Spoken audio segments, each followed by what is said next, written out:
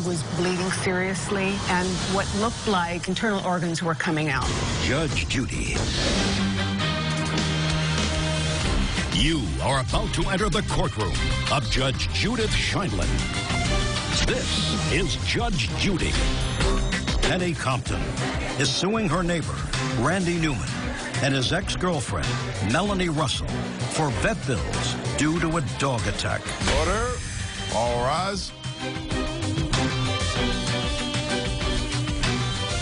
That's case number 282 on the count in the matter of Compton versus Newman Russell. Thank you. You're welcome. Judge Pies have been sworn in. You may be seated. Miss Compton, were you walking your dogs the day that this happened? Yes. Both of the dogs? Yes, Your Honor. And you know both the defendants from the neighborhood? From how? I know Mr. Newman from the neighborhood, and I met Melanie when this happened. Had you ever seen Miss Russell's dog before? No. First time? First time. Had you ever seen Mr. Newman's dog before? Yes, long time ago. What kind of dog do you have, Mr. Newman? I have a pit bull mix. And what kind of dog does Miss Russell have? She has a shepherd husky mix. Do you live together? At that time we were.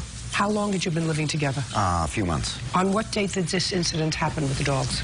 Okay, now you can tell me what happened. I was walking my dogs going west on my street, and I saw Mr. Newman coming in the opposite direction. I stopped because I had heard he was sick. I was surprised to see him walking, and he was walking with 2 dogs instead of 1 dog. I thought you had just known him casually. How would you know that he was sick? He was managing a restaurant in the neighborhood, not far from where I live, and I went into the restaurant to be a patron, and I asked where Randy was, because I came into the restaurant because he was managing the restaurant. Why? It's a cute restaurant. It's called Huckleberry's Place. It's very dog-friendly. They've got dog pictures all over the wall.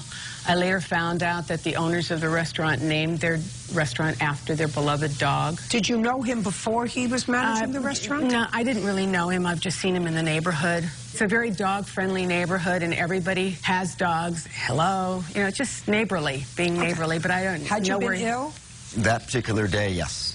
And the day before, yes. Okay. So you waved to him and said? I said I was surprised because they told me, I went to the restaurant to eat with my friends, and I said, where's Randy? And they said, Randy is very sick. And I went, very sick? And I said, when will be next week? So when I saw him, I was kind of surprised. And I stopped, and I remember saying, Randy, I thought you were sick. Did he respond?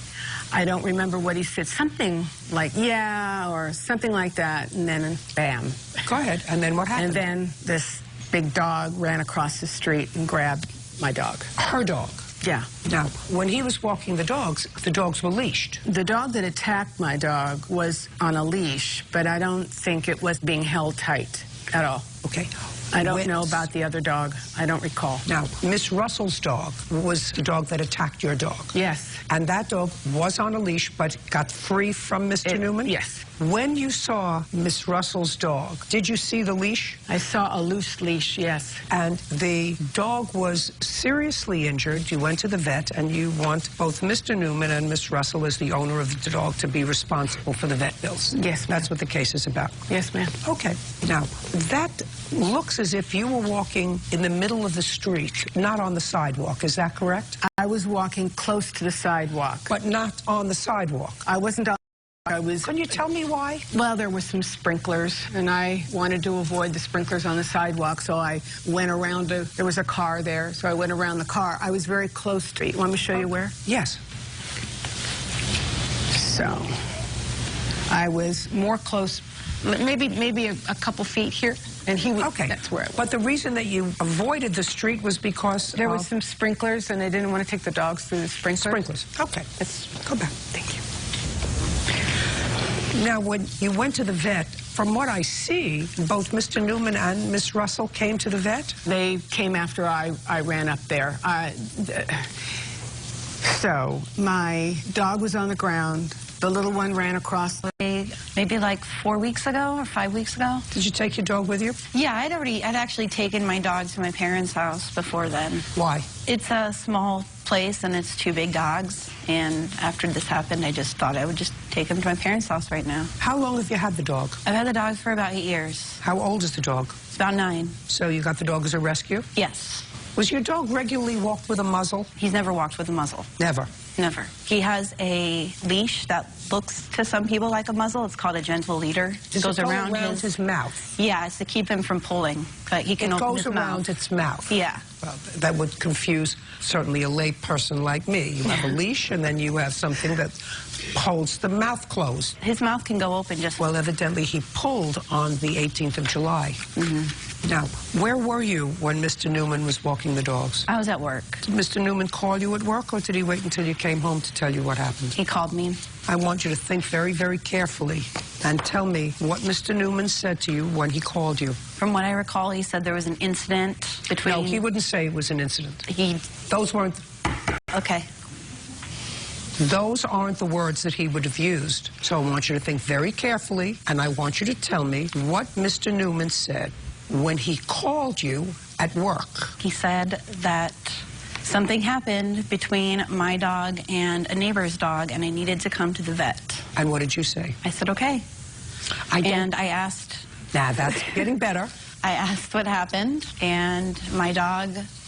And he said... Sorry. And he said my dog bit or got into a fight with this dog. I really don't remember, Judge. I'm sorry. I don't remember exactly what he said. I'm not asking you exactly. I'm asking you in sum and substance. Did he say your dog bit a neighbor's dog? Or did he say your dog attacked a neighbor's dog? No, he didn't say anything about my dog attacking a neighbor's dog. Did he say bit? Yes. Okay, so your dog bit a neighbor's dog. Well, I would have said, how did this happen? I just got off of work. I didn't think about it. I thought he called you at work. Yeah, I know, but I was just getting off of work. He called me on my cell phone. It was right at the end of my shift, and my first thought was to go straight over to the vet and find out what happened. Now, did you go over to the vet together? No. You went separately? Did you speak to Mr. Newman before you went inside to the vet's office? No, I only spoke to him on the phone when he called me. Okay. And you didn't say much in the vet's office, according to the plaintiff. Then you left. And did you go home with Mr. Newman? Yes. Yes. And then I assume now you had time to debrief. Right. With Mr. Newman, how this happened. Because I assume that you're going to tell me that your dog has never bitten another dog before. Right. Is that correct? Yeah. Is that correct? Yes. So you would have said to him what happened. Yes. And tell me what he told you. He said he was walking my dog and his dog. Penny was across the street. She started talking to him. Both my dog and his dog, all the dogs were on leashes. She came across the street to continue talking to him. My dog barked at her dogs, and she continued across the street and came into his space while he was holding my dog and his dog. She approached him with her dogs. And my dog then bit one of her dogs. And he told you that when on the leash? Yes. Well, then he's got very bad reflexes, because the dog evidently did a lot of damage for a dog that was being leashed and held, because you're holding a dog, and I assume you weren't walking the dog with the little muzzle thing around. Is that right, Mr. Newman? At that particular time, no. No. Is there any reason for that? I didn't know how to put it on. That's a reason. Was this the first time you walked her dog? No, Your Honor. I would walk the dog 4 times a day religiously for... he was with me for 2 months. Well, then why didn't you learn how to put on the muzzle? I'm a little bit handy. I'm disabled, and it was more of a disabled thing. Really. I was bitten by a rattlesnake. I can't use this hand. All right, Mr. Newman. Now I'm going to hear your version of the events. Okay. May I go to the... Absolutely. Thank you. So, firstly, Your Honor, this is... I was actually heading due west as well, and Penny was across the way, across the street. So we start this conversation about the restaurant, which she already exposed. And as this conversation was going along, she's now halfway in the street, and she ended up within, I'd say, a leash length worth of dog between the two of us. And never asked if the dog was dog friendly. Don't tell me what she didn't do. Okay. Just tell me what happened. I was a little agitated that 2 dogs were coming towards him, for starters. And I don't And you could tell that the dog was agitated how? He was getting fidgety. He was moving around in a weird manner. Did you tighten up on his lead? Of course I did. Tightened up, so now he's close to you. He's at your hip. 2.5 feet. Well, that's not tight enough for an agitated big dog. Well, it very quickly subsided, his agitation. Okay, so now his agitation subsided. Yes. Go ahead. So now she's within... You can't even, Mr. Newman, tell the story without almost bordering in the smile and saying, is she really buying the story? I mean, is she really buying the story? And if she is, I got this bridge that needs selling. So now you have an agitated dog because she's coming across the street, but quickly becomes an unagitated dog, which is not a word, but she's still coming. And what's next? We're still conversing. What's next? I looked down, and the dog had this dog in his mouth. Okay. Judge Judy continues in a moment. And later today... As soon as you took the car and had it fixed, you could have taken it to the police station and said, you're a fibber. You're a fibber. She gave me permission to use her car. Real cases, real people. Judge Judy. Penny Compton says neighbor Randy Newman and ex-girlfriend Melanie Russell owe for vet bills due to a dog attack. The defendants are countersuing for emotional distress. Can I see your vet bills, please? Thank you. Mark, can you just come over and hold my dog? It's okay. No, just hold him here. Well, oh, I'm sorry. Okay, great. Hey. Come here, I'll take it. Actually, Miss Russell, you're the owner of the dog, but I actually think it's his responsibility. He assumed the responsibility of walking your dog. He assumed it, and if you walked your dog, as she indicates that you did regularly, with what you call a lead, I call it a muzzle. When I see a dog that's got a strap around its mouth, I say to myself, you know, I'm not going to ask whether this dog is friendly and whether I should pet it. You know, there are lots of dogs that don't have muzzles. When I see a dog walking around with a ball in its mouth, I say there's really a reason why owners usually give the dog something to hold in their mouth when they're walking in the street. Because if it's not that, maybe it's for a hand or for a foot or for somebody's leg. So he assumed the dog was supposed to be walked, which was muzzled. And I also don't believe that the dog was under his control, because I believe the dog pulled away from him. And the leash was a loose leash at the time the dog attacked our dog. And I don't actually think that that's your responsibility if you were living together over the years. So I'm entering a judgment, actually, against Mr. Newman in the amount of the vet bills, $27.60. Thank you, that's all. Parties are excused. You may step out. Was approached without being asked if the dog was dog-friendly You don't have to go up to people by someone that came across the street with her two dogs. and ask them if your dog is friendly. It was really unfortunate, but I think it's the responsibility of the dog owners it happens. to hold their dog. And now, the next case. All parties in the matter of Johnson versus Lindsay, step forward. Giovanna Johnson is suing her former friend, Adrena Lindsay, for DMV fines regarding a fix-it ticket. Miss Johnson, let me see if I understand this. A couple of years ago, you got 2 tickets. One. Just one. Yes. And the ticket was for driving in a car that had a broken taillight? Correct. And the car that you were driving was the defendant's car? Correct. It was a friend of yours? Yes. A couple of years later, fast forward, you're in another jurisdiction and you try to get a license or something, register a car, and you find out that your driver's license has been suspended.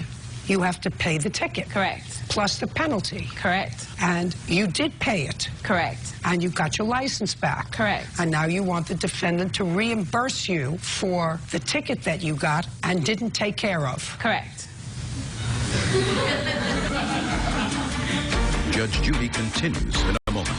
She refused to give me her car, so I couldn't take it to show that the violation was corrected. What happened between the two of you that made her say, I'm not going to give you the car to show them at the police station that you got it fixed?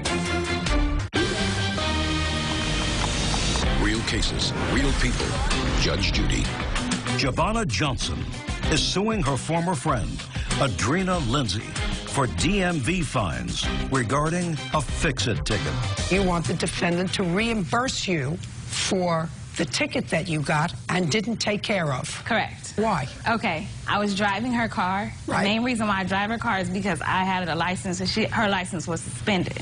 So I got the fix-it ticket, and the next day, I got the taillight fixed. Who got the taillight fixed? I did. Good, Okay. because you were driving. That's correct. Because you were driving her car because she had no license. Correct. So you were driving in a car that had a broken taillight. Right. She So let me my issue. I told her that I needed to take the car to get it fixed and to take it down to the police station to get the correction. When I told her, she refused to give me her car. So I couldn't take it to show that the violation was corrected. So time lapsed over. I pressed her for a month to get the tail light, to let me take it to the police department to show that it was corrected. And she wouldn't let me have the car. Let me ask you this question, because I don't have much time for this case. Okay.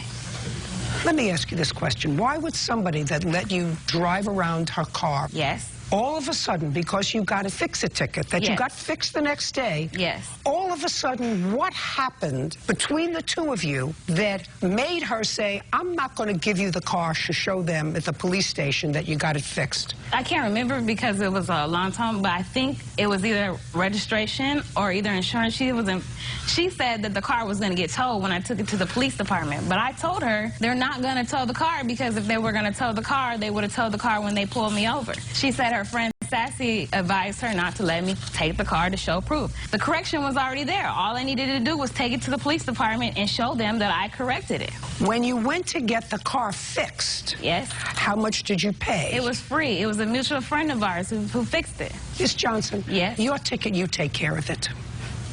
Nice. Okay. Your Car. I gave her a reasonable amount of time. Listen to me. It's been 30 days. Listen to me. Listen to me. I don't believe you. And let me tell you why I don't believe you. Judge Judy continues in a moment. Closed captioning sponsored by Protect your smile against plaque.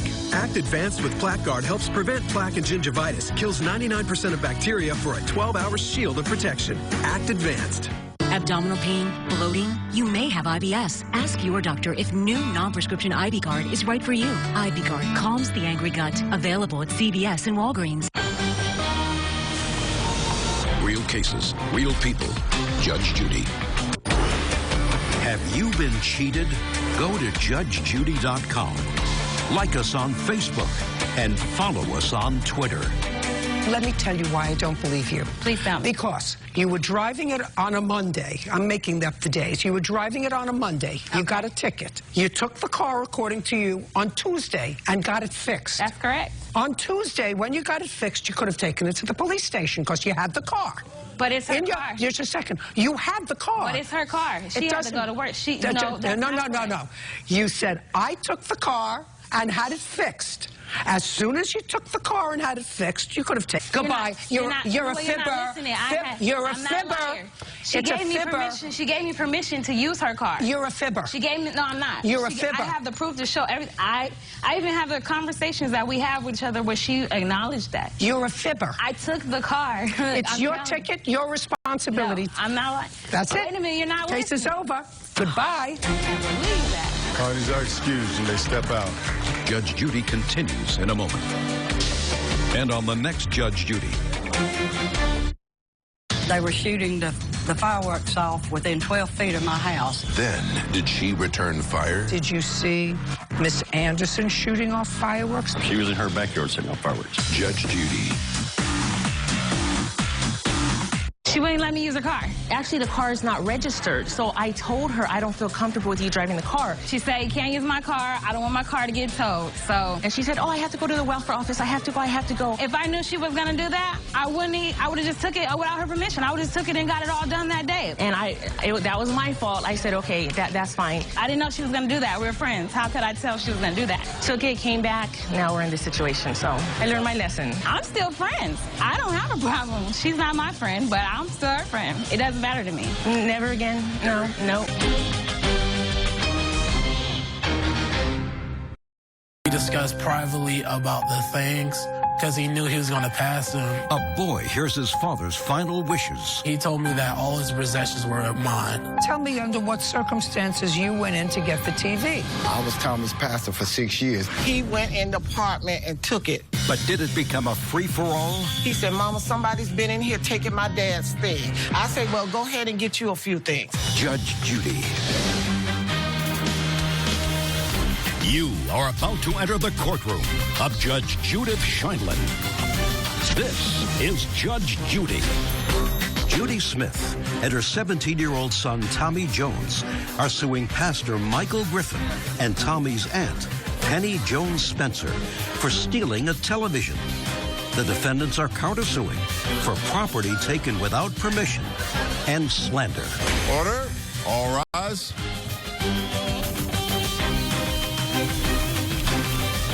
It's case number 261 on the calendar in the matter of Smith-Jones versus Griffin-Jones-Spencer. Thank you. You're welcome. Judge Parties have been sworn in. You may be seated. Ma'am, have a seat, please. Mr. Jones, how old are you, sir? I'm 17, Your Honor. Did you have any relationship with your father before he died?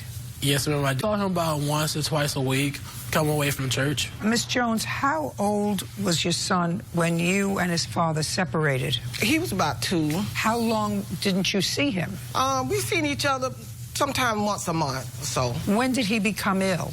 Early part of April, he was diagnosed with cancer. How long had it been since you'd seen him? It was about a week. He had originally hurt his arm on the job that he does, and it never did kind of get well, and it kept nagging him, so I knew he had that problem.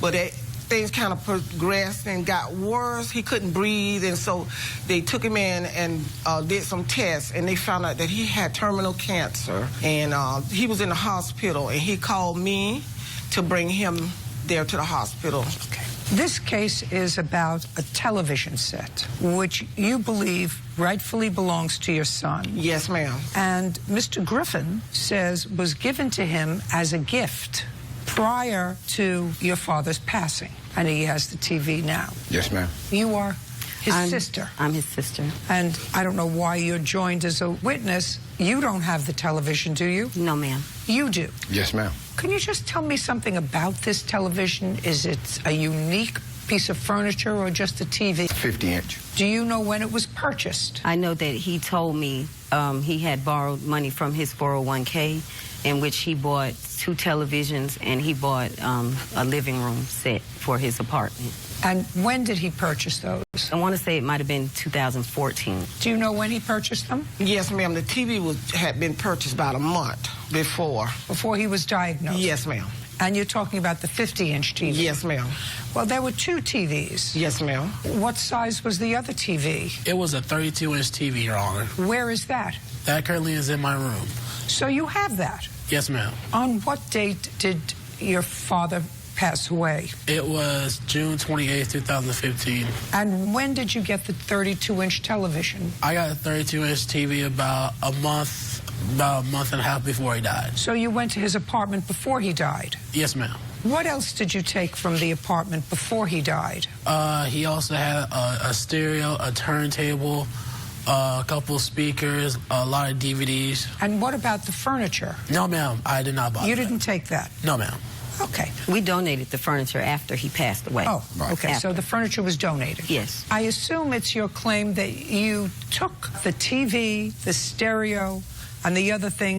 Yes, Your Honor. Tell me about how you got his permission. Your Honor, my father was in a healthcare rehabilitation center called Signature, and I went to go visit him about once or twice a week, and we discussed privately about the things because he knew he was going to pass soon. Okay, so how did you get to the TVs, the stereo, the DVDs? How did you get physically into the apartment? While he was still at the apartment, he had a set of keys, and he told me I can make copies of the keys. So he was physically in the apartment? Yes, Your Honor. At the time he said, here are the keys. Don't stop shaking your head. Yes, ma'am. I'm sorry. So he gave you keys to make a set of keys, and you had this conversation with him while he was still in the apartment? Yes, Your Honor. Okay. Now, when you went to get the things from the apartment, was he there or was he back in the hospital? He was back in the hospital, Your Honor. So he was back in the hospital, and you went and picked up the 32-inch TV, stereo, what else? He had some speakers and some DVDs. Speakers and DVDs. And was there a 50-inch television there? No, ma'am. Okay, so at that time, you knew that there was no 50-inch television. When you went back to the hospital, did you discuss that with your father? Yes, ma'am, I did. To him about the 50-inch TV? I told my dad, hey, I went to the apartment to get some of your stuff because I was a little worried about you, and I did not see your TV set there. And he looked at me like, what? He didn't know his TV was gone at the time. Well, don't tell me what he knew. Just tell me what he said. So you said, Dad, there was a TV there. There was a 32-inch TV that you took. Yes, Your Honor. But the larger one wasn't there. Yes, Your Honor. So what did your father say to you about the larger one? That he told me that. Asked me, did I go and check, was I checking on Tommy's stuff? I said, yeah, yes, I am. I said, matter of fact, I'm here now, and I'm getting ready to go in. She never mentioned to me that Tommy, her son, had been in the apartment or anything. Well, I went in there, and I have the 911 tape where I went in there, and I seen things were missing, but I didn't see no false entry. At that time, I was the only one that Tommy said had a key to his place. Well, evidently that was not correct because he had given his son a key. Right. Real cases, real people. Judge Judy. Judy Smith and her son, Tommy Jones, claim Pastor Michael Griffin and Tommy's aunt, Penny Jones Spencer, stole a television. Oh, Miss Spencer, did you ever have a conversation with your brother about this 50-inch television set? Yes, ma'am. I called and talked to my brother. My brother didn't know that the pastor had the television. He told me himself that he was giving it to him as a gift because he came up there every day. He did something for my brother every day, whether it was bring him something, buy him something, food, whatever the case may be. I don't want you to tell me, because that's in your mind why he would do it. But what you're telling me that you had, is what you're telling me that you had a conversation with your brother with regard to this television set? Yes. I want you to tell me exactly what that conversation was. He told me that he wanted the pastor to have it because he said that he knew that he could not repay him for the things that he did for him. And he said that if he had that, he knew that at least it was something that he would have from him. Okay. And that's what he told me. Okay. Yes, ma'am. May I say something? Sure. Where we come up from, you don't pay your pastor. He's supposed to do work for you. Anything else? He did not. Anything else? I only have to make the following judgment as to whether before your brother and your father passed away, he made a gift to his pastor of this television set. It's that initially it wasn't a gift. Initially, what you said he said to you was, because you didn't have a television, why don't you take the TV and use it? Yes, ma'am. Which doesn't say you can take the TV and have it. It says you can take the TV and use it. However, he subsequently had a conversation with his sister when he knew that things were not looking well for him, and he knew that his son had a 32-inch television set and took the stereo and all the other stuff before his father died. He didn't know it. No, ma'am. But he said, listen to me, your son just told me that he went to the house and took the television and the stereo and the DVDs about a month and a half before his father died. Yes, ma'am, I need to explain that. I don't care about the explanation. He wouldn't have never bothered anything in that apartment. We don't do that. We were going to wait until he passed. After he seen that he had went in there and took his father's TV, took some other things we can't prove. That's when he called me back. He said, Mama, somebody's been in here taking my dad's thing. I said, well, go ahead and get you a few things. Okay, your personal things. Listen, I have a counterclaim. Your counterclaim is that Miss Jones has been defaming you in your parish, indicating that you stole this television set. He did. I don't believe that you stole this television set. So far, you haven't given it to me. I'm willing to see it. If you have any direct proof that he stole this television without permission, I will look at it. I have proof where he is entitled to his dad's assets. No, he's not. He's entitled to his dad's assets as... Pay attention. He's entitled to his father's assets after his father dies. Yes, ma'am. Unless his father has, during his lifetime, given away any of that property to anyone else. Yes, ma'am. Listen to me carefully. I find that before he died, yes, ma'am, he gave the television set, one of the 2 television sets, to his pastor. Now, I am willing to see direct evidence from you. He went in the apartment and took it. Okay. The case is dismissed. I've explained it to you. That's all. Goodbye. Well, you are excused. You may step out. They just made up lies, but that's okay. A higher God sees. I even tried to talk with her pastor about it, and she was defiant about that. You seen the attitude that she had. He's not happy because he wanted his son to have all of his belongings. The best thing I can do is just keep loving her from a distance and keep going. And now, the next case. All parties in the matter of Modest versus Burton. Step forward. Keith Burton for their son's medical bills. Miss Modest, you and Mr. Burton have a child together. This is the child. How tall are you? 6'7". 6'7". And how old are you? 20. What do you do? I work for Macy's. Full-time or part-time? Full-time. When did you start to work for Macy's? In last August. And who do you live with? I live with my grandmother. Your father's mother? Yes. And you've been living with her for a while? Yes. How long? For about a year. So about the same time you got a job with Macy's? Yes. Thank you. This is what the case is about, Miss Modest. You think that Mr. Burton should pay some medical bills? Correct. Medical bills for your son? Yes. That he incurred what month and year?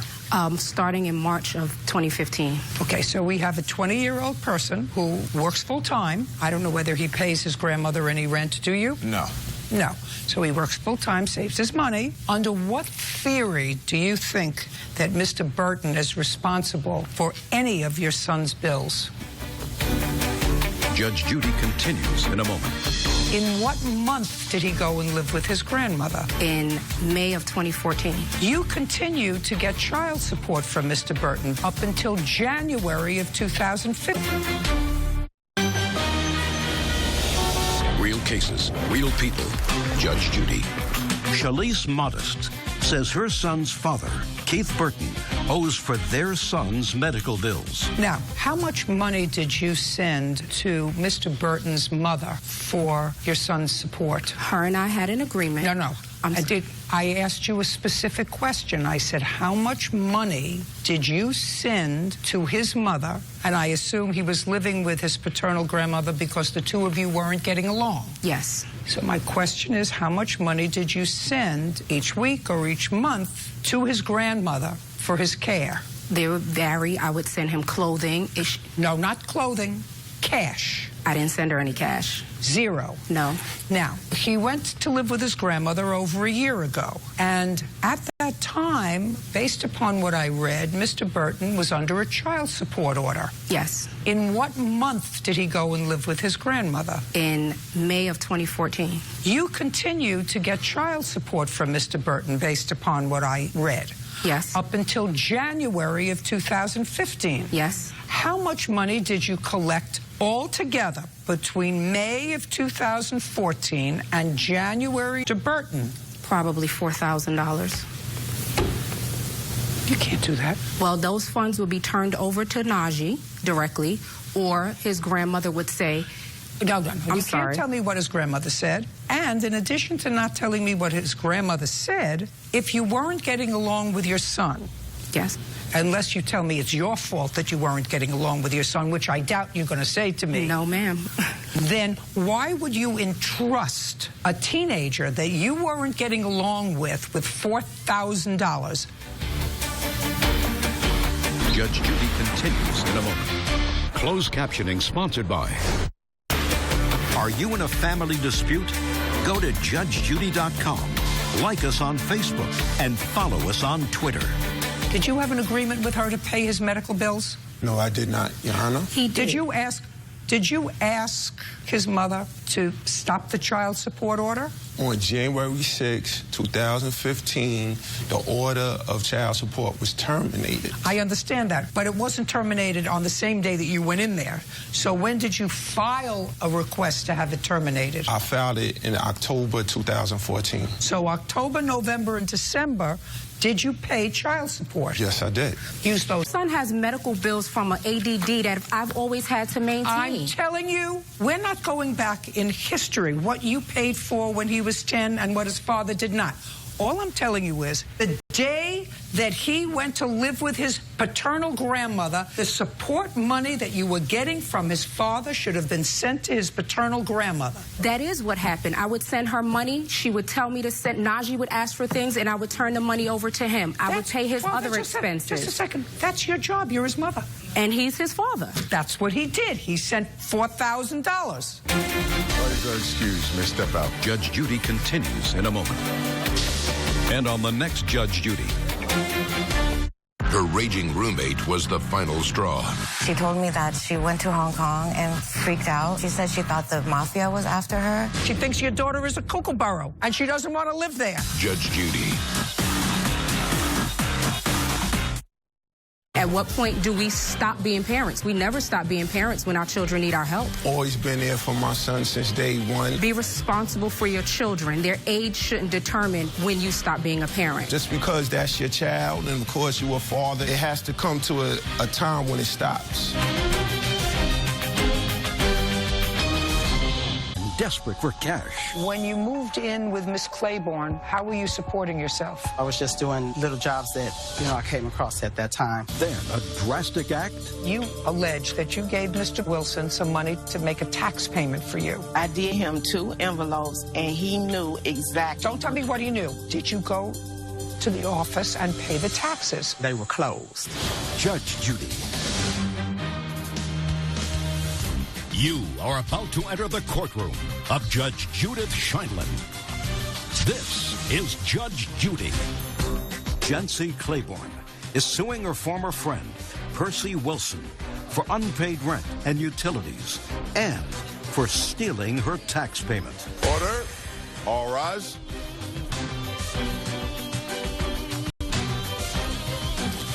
This is case number 322 on the calendar in the matter of Claiborne versus Wilson. Thank you. You're welcome. Parties have been sworn in. You may be seated. Proceed. Miss Claiborne, on what date did the defendant move into your home? Between August and July of 2014. How long did he stay? Until March of 2015. And how long do you know Mr. Wilson? Over 31 years. He's a friend of yours? Yes. Prior to July or August, Mr. Wilson, when you moved in with the plaintiff, who were you living with? It's a few months. What happened to that arrangement? It was just a little bit too crowded. Some things happened where we had a misunderstanding. Whatever it wasn't a viable situation for you anymore. Prior to living with your sister, who did you live with? I lived with myself and my son. And who paid the rent? I did. What kind of work were you doing? At that time, I was a corporate business travel for American Express. And what happened to that job? They did cutbacks and several thousand were job eliminated. I was one of those that were job eliminated. In what month? That was in February of 2013. When you moved in with Miss Claiborne, how were you supporting yourself? At that time, I was just doing little jobs that, I came across at that time. What was your arrangement with Miss Claiborne? There was no rent arrangement at all. You just moved in and stayed with her August, September, October, November, December, January, February, and March, about 7 or 8 months. Yes. Did you give her money during those 7 or 8 months? Yes, I had given her money at times just to help, with things. In what denominations? At that time, anywhere from $100, $75, $50 here and there whenever I could. This is what your case is basically about. Case is basically about the fact that you allege that you gave Mr. Wilson some money to make a tax payment for you. That was on what date? February 6, 2015. A tax payment for what? A check or a money order? Cash. Why would you give him cash? That's what I had, was cash. How much do you allege that you gave him? $440. Have you always paid your property tax in cash? Pretty much. Not pretty much. Cash, or sometimes I would get checks when I was writing checks, but I don't write checks anymore, so now I pay cash. When was the last time you paid in a check? Years. Give me a year. Maybe 2011. And when you go down to the tax collector's office? Yes. And you hand them cash and they give you a receipt? Correct. Where do you live? In Detroit. Mr. Wilson? Yes. Miss Claiborne gave you $440. She had given me 2 envelopes, and it was one to be mailed and one that she stated were the taxes. Because I stated I was going downtown to meet my son, she asked me would I mail the letter and pay her taxes for her. Okay, and one was in an envelope, Miss Claiborne? I did give him 2 envelopes, and he knew exactly. Don't tell me what he knew. Okay. One envelope was to be mailed. One envelope was to be mailed to the court, and the other one was the cash money. So he acknowledges that you gave him 2 envelopes. Correct. One had the $440 in it. Correct. And one you may pay the taxes. Yes, I proceeded to the office. When I got there with the envelope and I handed it to the lady, she told me that I was at the wrong department. I was sent to the county taxes, which she said, this is for your city taxes for this person. Then I said, I need to get to the city-county building. She gave me the information. I said, okay. I read it out. I called Jency to tell her that that was the wrong office. You sent me to the county taxes, and your taxes that you're paying are your city taxes. Told her I was headed to the city-county building. Once I got to the city-county building, they were closed. So I went, I got a money order went back, mailed it, and mailed it to them.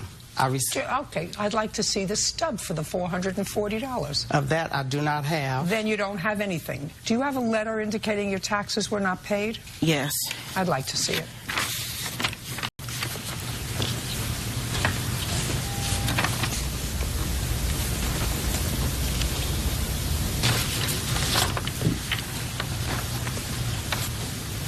Do not send cash. That's if you're mailing it. If you go in and pay it, you can pay through check, money order, cash, or maybe... Well, would anybody pay their taxes in cash? Yes, okay. I pay mine. Okay, I have no idea why you paid the tax in cash. Okay, now, he lived there 8 months. The first 6 months, how much did he pay every month? The first 6 months, the first time he gave me, I think, $50. Another time, about okay, so there was $75. There was no formal rent arrangement? Yes, it was. Well, then, you should have kicked him out before. Once he called me and told me the situation was happening with his sister, I went to get him. He was only supposed to have been there for a few days. After a few days, he went home. He came back and told me that his sister had put his clothes out and could he go get his clothes. I let him go get his clothes, and then he stayed with me. You didn't answer my question, Ms. Okay, I'm trying to get to that. No, I'm going to get to it fast. That's I said to you in August of 2014, how much money did he give you? I don't know how much the total is. Shh. Listen to me. But I have. Listen to me. So you don't know. In September of 2014, how much did he give you? In September 2014, he gave me $200, a total of $320 between the rent and the water bill. Just a second. In September, that's what he gave you? Yes. October, how much did he give you? October, between the rent and the water bill. November, he gave me $200 for rent, and he paid the water bill. December. He paid $200. That's the last time he paid rent, was in December. So he didn't pay January or February, he left in March? Correct. Okay, can I see those pieces of paper, Bird, please? Okay. Where did you go after you left the plaintiff's home in March, Mr. Wilson? Well, not a well. Where did you go after you left the plaintiff's residence in March? That's a place. I went to, my niece asked me would I assist her in babysitting her son because she worked midnights. So you went to your niece's house. And that was Where are you living now? With my niece now. Okay, good. Okay, you owe her for 2 months' rent. That's $400, and you owe her the $440 that you probably appropriated of her tax money because she's delinquent in her taxes. Whatever you did with the cash, they never got it.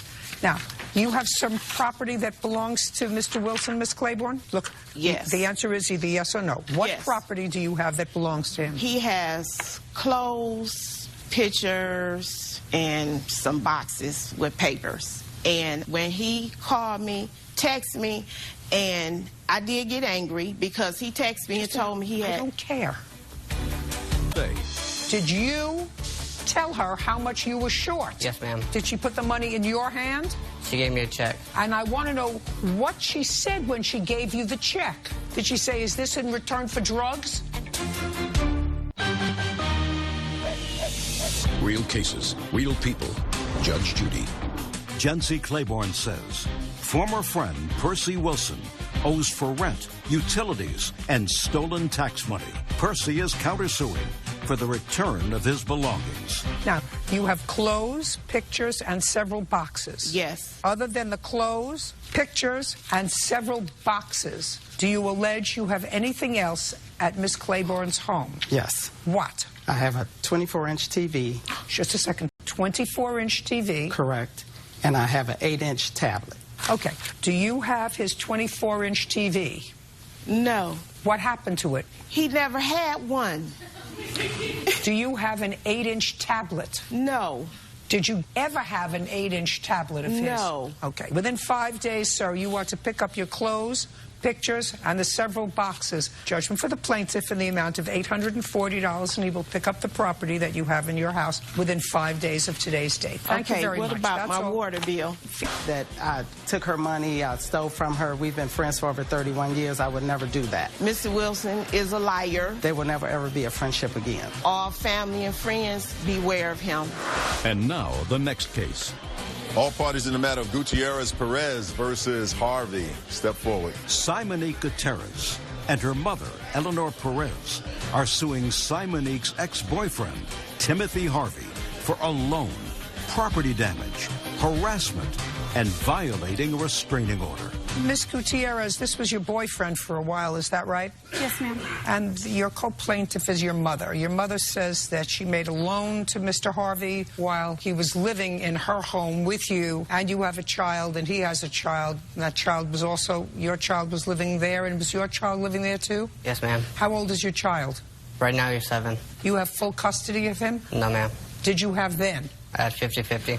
It is your claim that your mother made a loan to him and that he continues to annoy you by violating a protective order. Yes, ma'am. Mr. Harvey says he wants absolutely nothing to do with you. He has no intention of annoying you, and that your mother did not make a loan to him. What happened was he had to get his car out of impound or repair.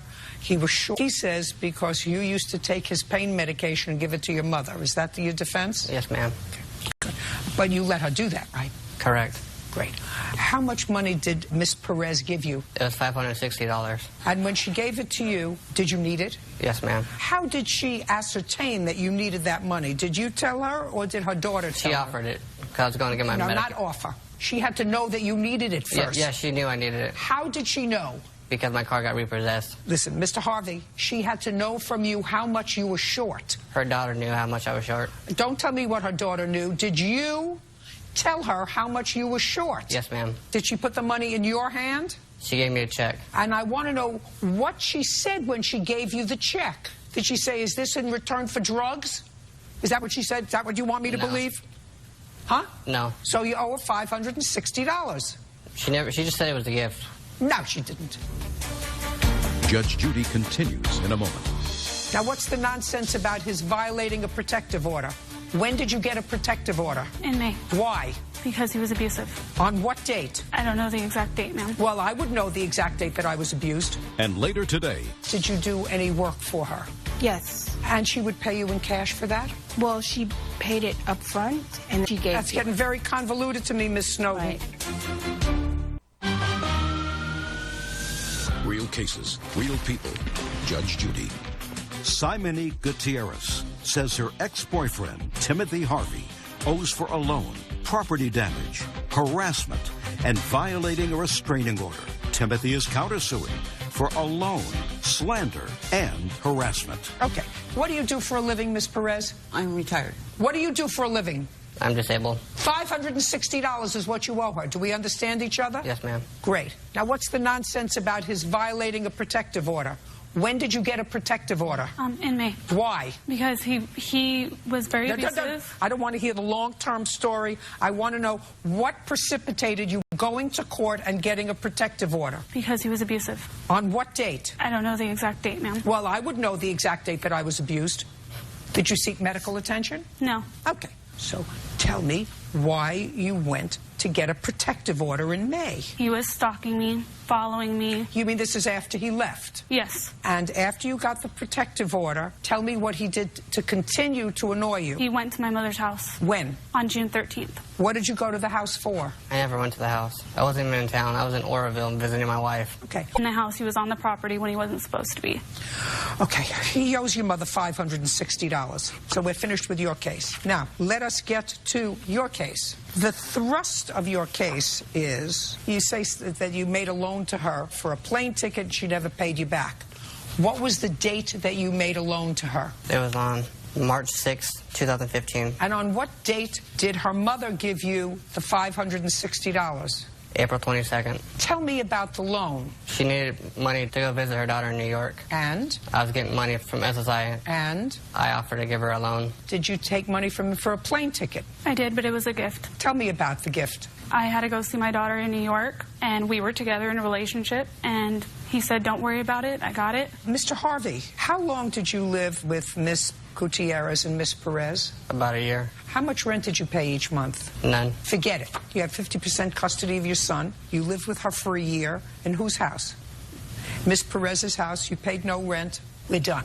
The only other part of your complaint that I'm going to consider is you say you lost the right to visit with your son because of a meddling Miss Gutierrez who told your ex-wife or the mother of your son about your conduct with your 7-year-old. Tell me about that. After I moved out of Miss Perez's house to my son, which never happened. How do you know that? Because I got court papers from my son's mom. Mr. Harvey, look at me. Did you have a trial on the allegations that you were abusing your son to change the visitation or custody? Yes, ma'am. Did you lose that trial? Yes. Did you testify at that trial? Yes. Yeah, forget it. Okay, here we go. Judgment for the plaintiff, that would be Miss Perez, in the amount of $560. Everybody else, goodbye. It's been nice. Thank you. Thank you. Parties are excused. You may step out. I saw him choke his son. Never picked up my son by his neck. He's text messaged me. He's followed me since our protective order was put in place. I don't want to see that woman. She's crazy. And now, the next case. All parties in the matter of Kitchen versus Snowden. Step forward. Rebecca Kitchen is suing her late mother's neighbor, Christy Snowden, for an unpaid personal loan.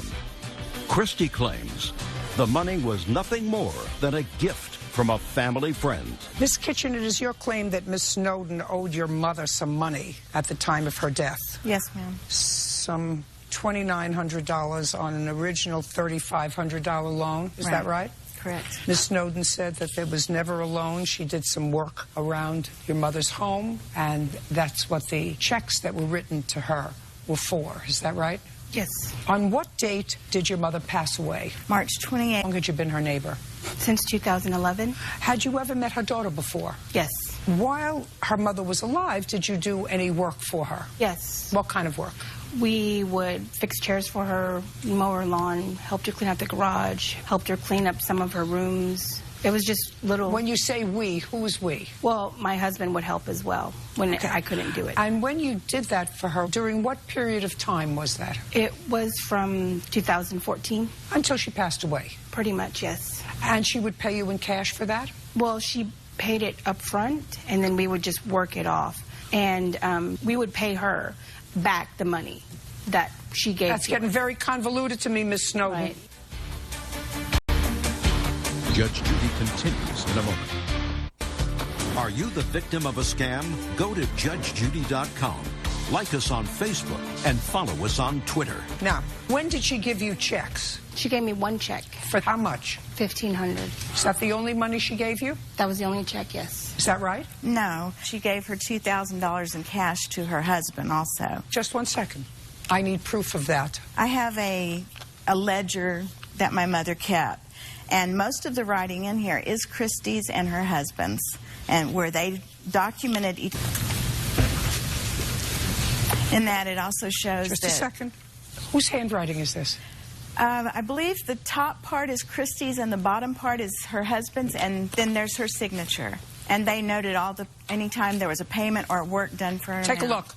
Yes, that's right. I know what that is. What is it? It's the ledger that we would write on whenever we would do something. So it looks as if there's a balance owed to her mother at the time of her death of almost $2,900. Right. Me and Miss Scott were really good friends, and we wouldn't write it down exactly when it would happen. We would write it down whenever she felt good or she felt better. Looks to me as if there's $2,840 left owing based on the work that you did in fact do. $5 hooked up backyard green lights. You charged her garage cleaning $40. So you're working off $3,500, and it looks as if you still owed her at the time of her death $2,840. Right, that's incorrect. Well, show me. This is your handwriting. Well, we never got that back to be able to write anything in it. It was kept in the same place always. When Scott started getting sick, we weren't allowed to go into the house and just take her things. We weren't thinking about that at the time. She didn't even know my mother was sick until 5 days before she died. Anything else? Judgment for the plaintiff in the amount of $2,840. Thank you. That's all. Parties are excused. May step out. Judge Judy continues in a moment. Tell me what happened with the skateboard. We're outside playing with some kids. One of them hit the garage and started running. But the neighbor knows better. I said, well, it was either you or your sister that did this. You're the only two around. Judge Judy. We really loved Miss Scott. She took advantage of my mother. We felt we did a lot of work for her, and it just wasn't accounted for on that ledger. They did a few things, but it was supposed to be paid back with their income tax. That's the way the world works sometimes. We weren't sure what she was doing, but we knew she was up to something.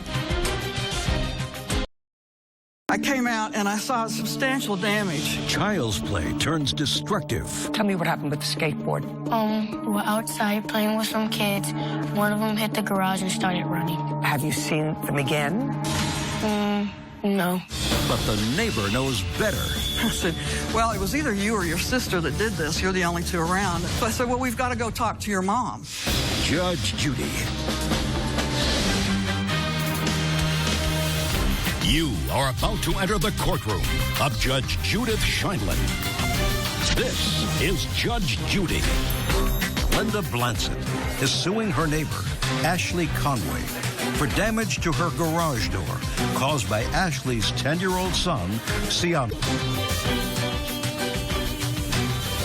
That's case number 285 on the calendar in the matter of Blansett versus Conway. Thank you. You're welcome. Parties have been sworn in. You may be seated. Have a seat. Miss Blansett, it is your claim that this young man over here, whose family lives in the neighborhood not far from where you live, damaged your garage door with a skateboard. Want to tell me when this happened? It was on April the 25th, a Saturday. What time? I would say around 5 o'clock. Where were you? I was in the back of the house watching TV. Tell me what you observed. What I heard a sound against my metal garage door.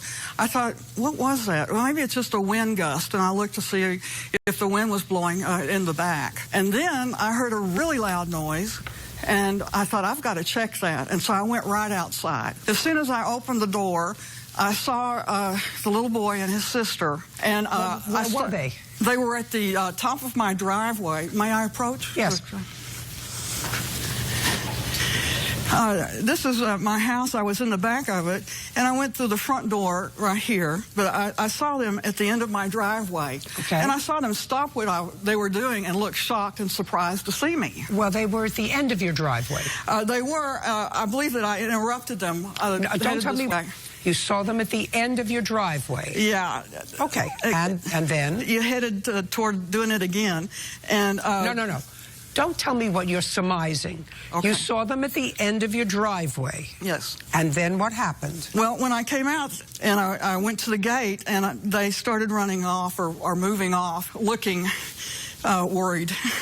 And I came out and I saw substantial damage to my first garage door. It's 2 doors there. So I started walking after them as fast as I could, and they were going towards their house. And I said something to them and it made them stop. I can't remember what it was. You can go back now. Okay. And? I walked up to the little boy, and I said, did you do this?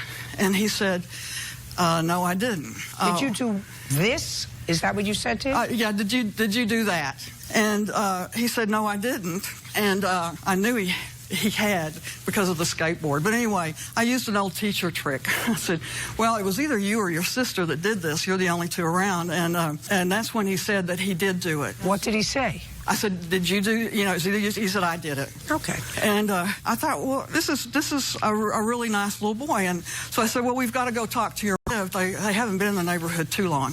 And we walked up to her door and knocked on the door, and he put it's not exactly a skateboard. It's a thing he skates on, though. And he put it down, knocked on the door, and his older brother came to the door. And I said, is your mom home? Would you mind getting her for us? And she came out. And, I essentially said, well, there's been a problem. My door is damaged, and we need to go over and look at it. And I told her how proud I was of her little boy. That he admitted that he admitted what he did.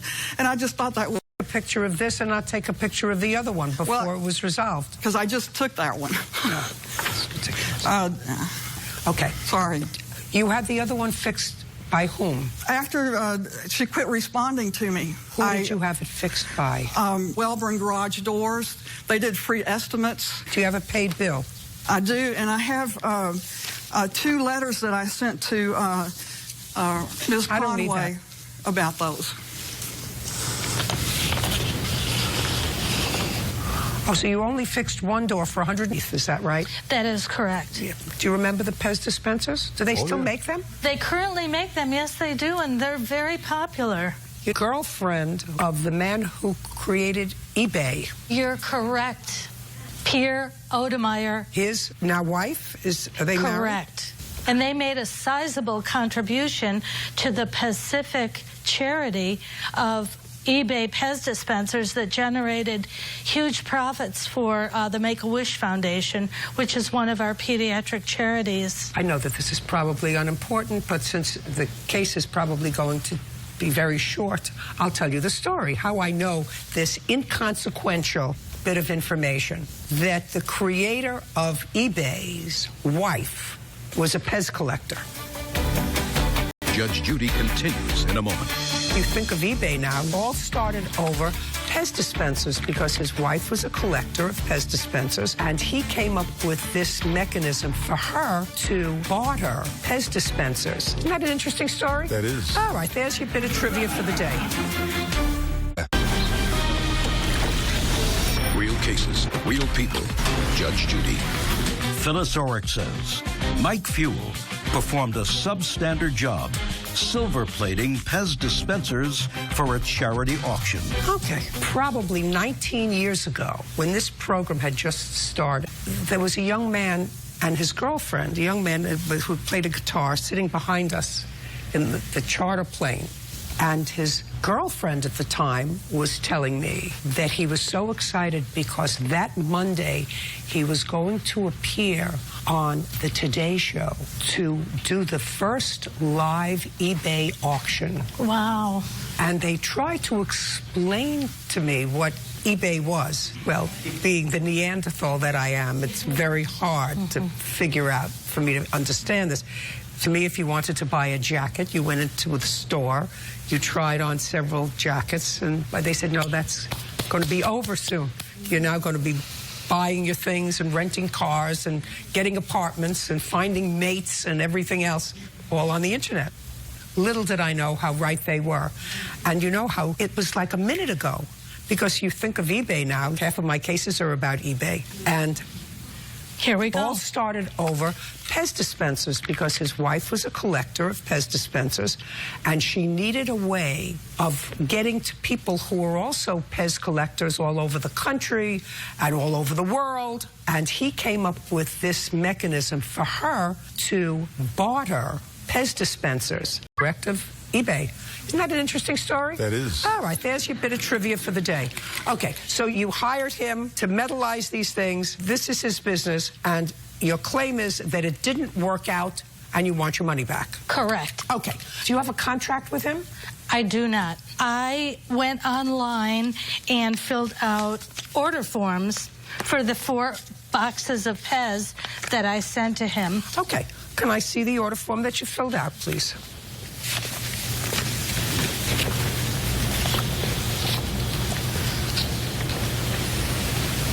Silver plating, silver plating, silver plating, gold plating. Did you get any gold plating back? I did not, Your Honor, because originally I wanted different colors as well.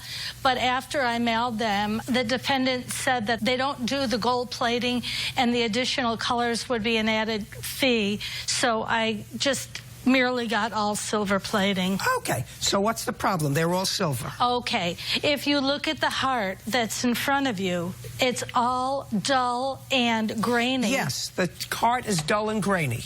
And that was made by the defendant. And here I have one made by the previous vendor, which are made... What about these? Those are made by the previous vendor that... I brought you many. Well, I would like to see the many. Well, here's several more if you want to look at them. I do. And you can see that there's missing paint, there's scratches. There were about 40 that were broken. I only brought one illustration of the broken one. And here are pictures, close-up pictures of the poor quality and the substandard painting. The broken one. Okay. No, he can't. Okay. I know the other one.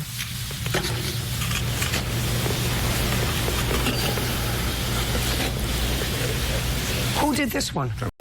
That was done by the defendant. That's not bad. That one's better. You know, it's like going to a good dentist and a dentist that's just fair. Sometimes you get great work and sometimes not. Judge Judy continues in a moment. You're asking me to look at these subjectively and say, which one do I think is better? This one, clearly, if you can't give it away, Bird would like it. Thanks. He'll take it.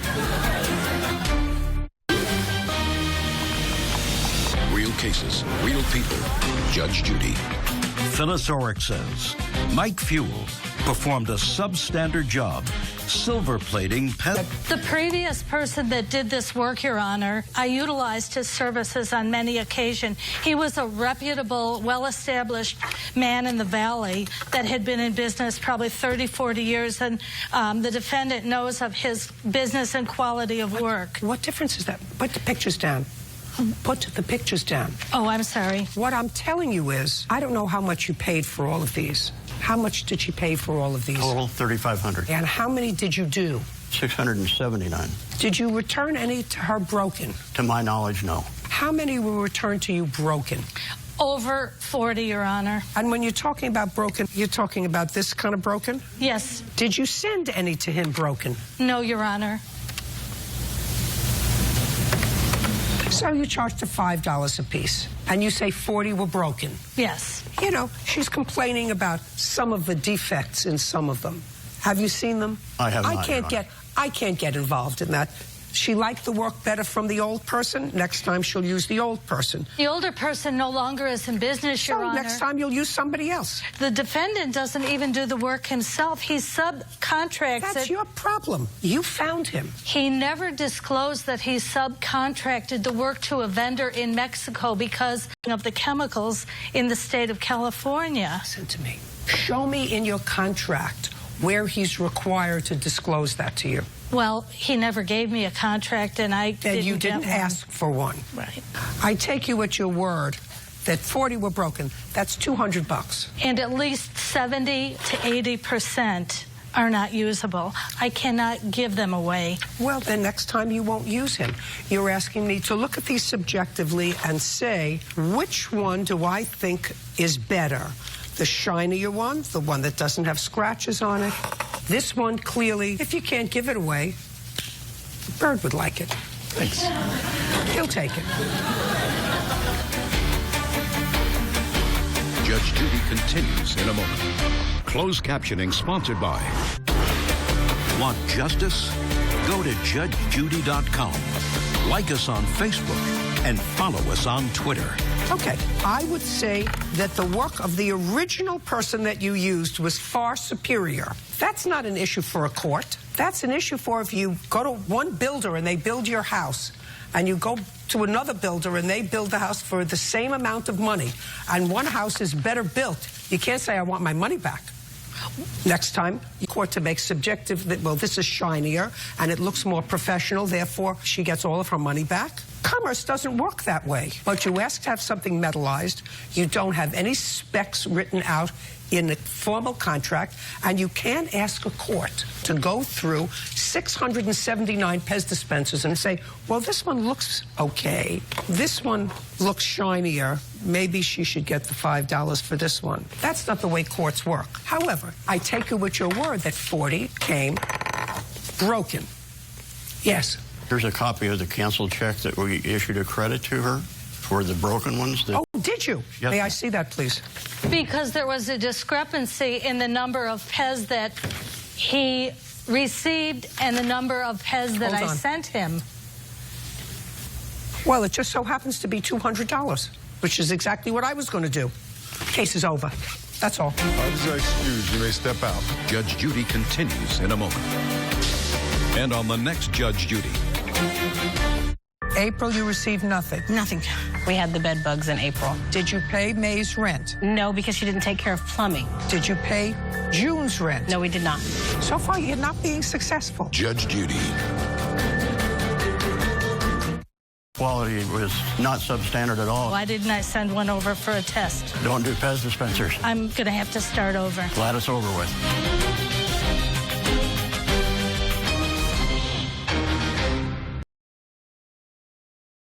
Landlord has little luck chasing down her money.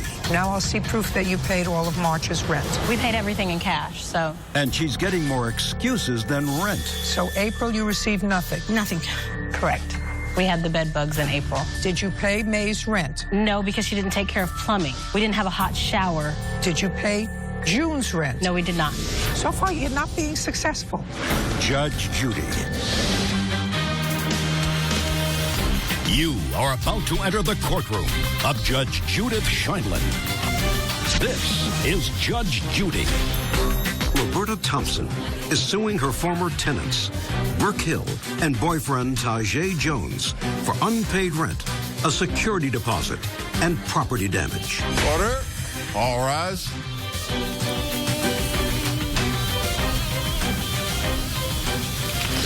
This is case number 236 on the calendar, the matter Thompson versus Hill Jones. Thank you. You're welcome, Judge. Parties have been sworn in. You may be seated. Folks, have a seat, please. Ms. Thompson, you rented homes. Actually, I rented the whole house to her. Was there anyone else living in the house? Yes. Who else? Deja Parker. Was that your tenant or her tenant? Their tenant. Well, we had a lease between her also. You had a lease? Yes. Okay, I did. so she was your tenant? Yes. She wasn't a subleasee? Well, they were subleasing because they were supposed to be responsible for everything. No. It was a rent-to-own situation, not just a lease, but a lease and a rent-to-own. Do you have the contract that they signed? I do. I'd like to take a look. I have both of them. This is the lease agreement, and this is the rent-to-own. Okay. At some point, things didn't work out, and they left, and you claim they left owing you rent, and they also damaged the property. Correct. And Ms. Hill and Mr. Jones say that you failed to maintain the property as you should as a result of your not having an exterminator come in on a regular basis, and I assume that that's in the lease. Yes, ma'am. The monthly extermination. They lost some valuable property, bedding, sheets, etc. What kind of bugs did you have? Bed bugs that were left from the last tenant that lived there. Okay. Do you have the contract for pest control? I do. I'd like to take a look at it. And this is also for the treatment of the bed bugs. Just a second. Can I just see the contract? I just want to know when it expired. It doesn't expire until October of this year. Oh, well, because this says landlord will continue to pay on pest control until current contract is completed. And you've been paying on this pest control contract. I certainly have. Is that correct? Yes. If I called them, they would tell me that you are current in your payments. Yes, okay, do you have proof of that with you? No. How much do you pay each month? It's every other month, and it's $82. Well, ma'am, the bed bugs weren't under a normal contract. They were outside of that contract that she had. Nothing is outside of this contract. Well, what is that for the Orkin man? No. Because we have from a different pest control that she called. This was dated October 15th, 2014, and your lease was signed on April 11th, 2015. Correct. So that this is the current contract that she has. Okay. And this is the contract which is referenced in your lease. Do you understand? Yes, ma'am. So that's what she has to maintain until October of 2015 in order to be in compliance with the lease. I thought it was all pests. I wasn't aware. Gotcha. No. It says that she will continue to pay on pest control until current contract is completed. And at that time, the tenant will need to decide if they wish to continue the pest control services. Now, are pests that are outside of our control our problem? Because it was your contract. Okay.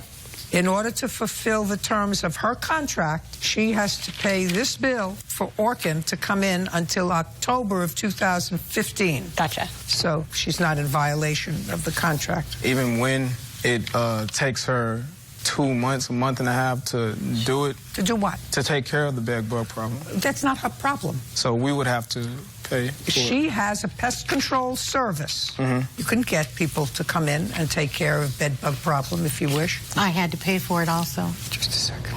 Okay, what months didn't they pay you? In March, Brooke was already living in the house. And at that point, she was already behind. I wasn't behind in March. She was behind. It was $432. I paid March's rent, and I have documentation for that. Just a She second. paid I'll get to you in a second. $432 Yes. she was behind in March. Right. Okay. She did pay $160 toward her rent that month, but that was the last payment until May, and I got another $225 in May. Just a second. So April, you received nothing? Nothing. Correct. We had bed bugs in April, and I thought that she was in violation of the contract, which No, you're saying that she now wasn't. you know that she was not. So Correct. what was your rent for April? $325 for April. Is that what her rent was? Yes. Now I'll see proof that you paid all of March's rent. Here is 23rd, I believe, and it gave us a breakdown of all the stuff that was paid. All I'm asking you is if you have proof that you paid March's rent. Yeah, she puts the proof here. I'm asking you if you have... We paid everything in cash, so... Okay, so that was all cash? Yeah. Okay, everything now was I'd paid like in to cash. see what she... So this is part of the $1430 that she had sent us. Okay. Everything that's typed is what she typed up. $432.34 still owing, that you did pay $160 that the following month in April there were no payments. Well, my In original rent May- when I first lived there was in $216, and it was supposed to be like that until April. I signed a lease for December 8th to April 8th when I moved in originally. And so I was supposed to be paying $216 because the house was split 3 ways. Just a second. I have a lease here that Mr. Jones signed and Yeah, Brooke- not until April. April. This is correct. April 11th, I think, is when he signed that. But from December to April 8th, I had another lease. That was my lease for $216 every month. Yours? Mine. Okay. Do you have your lease that goes until April 1st? I don't. It was April 8th, and when I moved, I don't have Do you all have that it? paperwork. I'd like to take a look at it. This isn't the signed copy. It's the copy that I gave her, though. They all 3 signed that particular copy. You don't have the signed copy? If it's not signed. Okay. Well, he just asked me at the last minute. In April, you owed $325 for April's rent. Yes, in April. Which you didn't pay. April is due. And what about May? Did you pay May's rent? No, because she didn't take care of plumbing issues. We didn't have a hot shower. $325 and $325, $650. When did you move out? June 13th. The rent isn't due until the 15th. Just a second. July. Oh, excuse me. It was July. So did you pay June's rent? No, we did not. And so that's $325. Now I'd like you to tell me whether or not you had any security deposit from either of the 2 defendants. That's either a yes or a no. No, I did not. They're supposed to, but they didn't pay it. I have my security deposit written from Red Cross. I'd like to see it. And check was cashed. Not by me. Oh, it wasn't? How do I know this is for security deposit? It's not. It was her rent. But you don't speak. I'm not talking to you. How do I know this was security deposit? That's what Red Cross pays, is the security deposit. And how do I know that, madam? Show me your check for rent. I paid rent in cash. Okay. You owe $975 so far for rent. Now, tell me about the walkthrough that you did with... A walkthrough for anybody that moved out. Listen to me. So far, because you're shouting at, you're not being successful. All right. Did you do a walkthrough with her when they moved out? No, because they did not let me know when they were moving out. Okay. Now I'd like to see pictures of the premises before and after. These are all the before pictures, and these are the after pictures.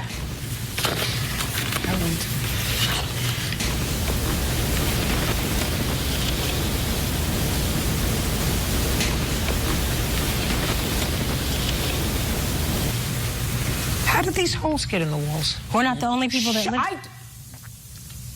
I didn't put any holes in the wall. The thing that I did was one day I was moving a bookshelf. I tripped and it hit the stove, and the stove oven, it shattered. I did that. Okay. But as far as anything else, I did not do it. That's not true. So, when she says that you broke, your first name is Tajay? Yes, ma'am. Tajay broke this, and she has a photograph of the stove.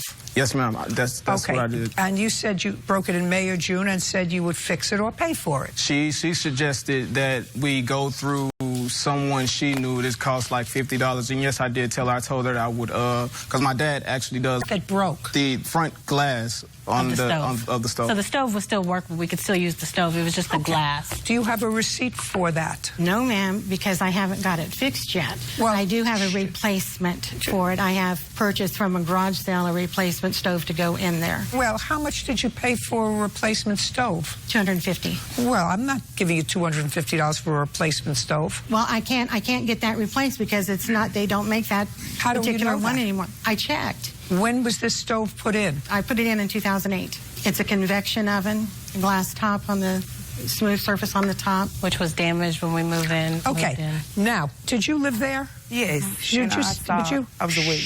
Would you step up? I assume that you have something to tell me about the holes in the walls, which is the only other damage that I see other than trash. In the walls were damaged and placed in the walls from Tajay's fist. Judge Judy continues in a moment. And later today, he hadn't seen Brian in 23 years. And I said, well, if you want to see him alive again, you better get out here as soon as possible. Did your son subsequently pass away? No, he's here now. That you? So that your prognostication was wrong. Real cases, real says former tenants Brooke Hill and Tajay Jones owe for rent, property damage, and a security deposit. The defendants are countersuing for property damage, hotel expenses, and harassment. Tell me when and under what circumstances that happened. Tajay and also his family, everybody, we used to... and also your boyfriend. I don't. Yeah. We're actually done. You and I are actually done. Okay. Judgment for the plaintiff in the amount of $2,000. That accounts for the $975 in rent, $100 for what you acknowledge here, and the rest is to fix the holes in the walls. Do you understand that? Yes, ma'am. Great. That's all. We have a counterclaim. Your counterclaim's dismissed. She's not responsible for your bedding. It wasn't just the bedding. I don't care what it was. All her responsibility is under the lease is to provide pest control until October of 2015. And as long as she did that, and if there were other critters floating around in the bed, that's your responsibility. But she didn't do a walkthrough and other people left. Goodbye. How is that excused? You may step out. Because they were having so many problems. They lost their job. Glad we're done with her. She was a slumlord. She got pregnant, and then she was sick, and they had one excuse after another. So I'm glad we're done with the house and her, and we moved into a different place. And they promised to pay. So it breaks my heart because I was trying to give them the opportunity to be homeowners. And now the next case. All parties in the matter of Anello versus Anello, step forward. Debbie Anello is suing her ex-husband, Frank Anello, for the cost of a plane ticket to see his dying son. Miss Anello, how long have you and the defendant been divorced? Approximately 30 years. You have one child together? Yes, ma'am. This lawsuit is about the cost of a plane ticket. And it is my understanding that the child that you had together, who was an adult at the time, was ill. Yes. And you contacted the defendant to tell him about the illness? Yes, ma'am. And did you ask that he come out to where you lived? Yes, Your Honor. I told him that he hadn't seen Brian in 23 years. He somewhat proudly said to me on the phone when I did call him. And I said, well, if you want to see him alive again, you better get out here as soon as possible. And what did he say? He said, well, I don't have any money. And I said, well, you've got to do whatever you can to get out here and see him. And? He said, well, I can use my get out of free jail card and call my sister and possibly borrow the money from her. And I said, well, I would do whatever you have to do to get out here. And I said, well, I'll give you a few days to figure out how you're going to do this, and I'll give you a call back in a couple of days. I called him back in a couple of days. I said, have you talked to your sister about borrowing the money? He said, no ticket, but I'm going to need to be paid back because I had a motorcycle accident a year ago, so I haven't worked for a year.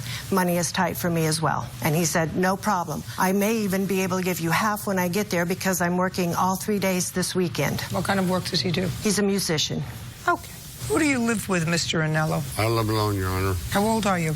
I'll be 66 November. You support yourself? Yes, ma'am. Tell me about this plane ticket.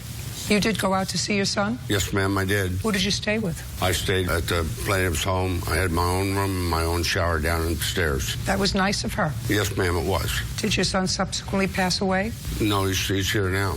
That you? Amen. Yeah. Amen. Well, so that your prognostication was wrong. It was. Thank Thank goodness. That's yes, thankfully. ma'am. Yes, ma'am. Judge Judy continues in a moment. Tell me about this plane ticket. She told me at that time he was dying, urgent that I get there. And I did tell her, I said, I can pay what I can when I can. So I went out there. So what happened when your former husband got to your house? Real cases, real people. Judge Judy. Debbie Anello says her ex-husband, Frank Anello, owes for the cost of a plane ticket. Seen or spoken to your son since you saw him and went out to visit? Yes, ma'am, on a couple phone calls. Probably 2 is all. Was it nice? Well, he told me some things that, that happened that, I really thought he was dying, and I'm glad that he's here today walking. When I got there, he was in a wheelchair, and it was just not good. It was, I don't know if she explained to you what was wrong with him, but... I don't have to know what was wrong with him. Okay. It's just that he's recovered is perfect. That's fair. Is perfect. I'm glad. Thank you. Now, what about this plane ticket, Mr. Anello? I told her at the time, Your Honor, that I didn't have the money, and so she told me at that time he was dying, urgent that I get there. Where do you live? I live in Williamsport, Pennsylvania, ma'am. And where was your former wife living? In Colorado, in Loveland. Okay, go ahead.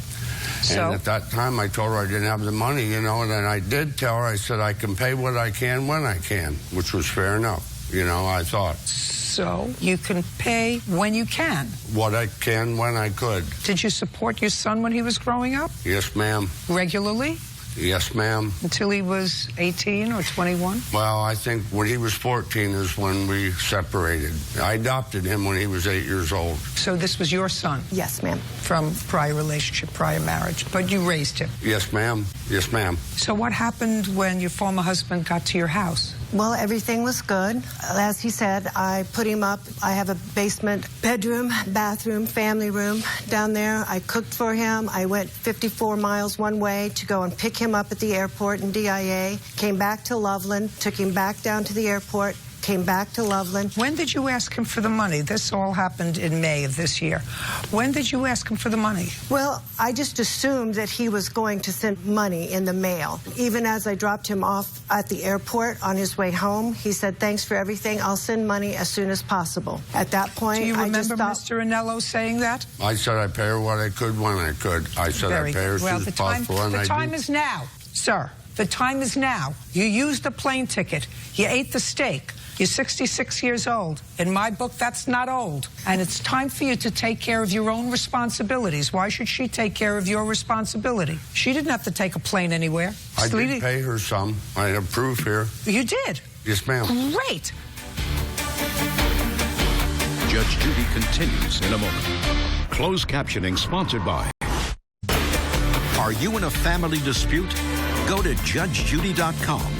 Like us on Facebook and follow us on Twitter. $41, Your Honor. $441. And how much did you pay her? I gave her one check for $50 to be divided between her and Brian. Why? I told her I'd pay her money because Brian needed money for whatever he did. And I sent her the check, and he never got his share of the money. So it was $50 that she got. The second check... Just a second. Did he send you $50? Yes, Your Honor, he did. Okay, great. What else did you send her? And then the second check I wrote to Brian, when it was cash, I have proof of that for Brian, and she made, from his phone call, he told me that she made him sign that check over to her. How much was that check for? That check was for $30. And then one more check. Just a second. Oh, go ahead. Was not cashed yet for $30 made out to Debbie. To her? I never received that check, Your Honor. Well, put a stop payment on that check. Did the check for $30, was that turned over to your mom? Yes. Okay, so we have $441 minus 80 equals $361. Okay, put a stop payment on that last check for $30, sir, because if it wasn't cashed, she didn't get it. Yes, ma'am. Okay, so you still owe her $361. Got it? Yes, ma'am. Judgment for the plaintiff. Thank you. Thank you, Your Honor. Parties are excused. You may step out. Judge Judy continues in a moment. It seemed as though like things just weren't going well. We got in an argument, and she put me out of her house while I had been drinking, and I ended up catching a DUI. Next, Judge Judy. It It was his son who was in dire straits at the time. The phone call, I thought he was dying right there. And I think he needed to do whatever he needed to do to get and see his son. Not now. No, I think it's all bogus. Do what your heart tells you to do and hope that everything works out for the best. Because this was all this taken here and what she said. And I would have done it again. I did it for my son, not for my ex-husband. all of a sudden, he's walking around. When I saw him, I thought he was dying, and that's the truth.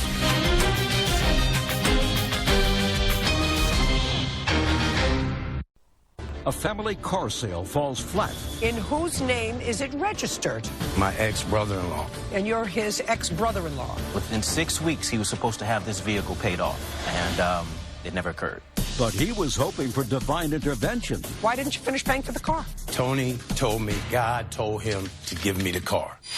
Judge Judy. You are about to enter the courtroom of Judge Judith Scheindlin.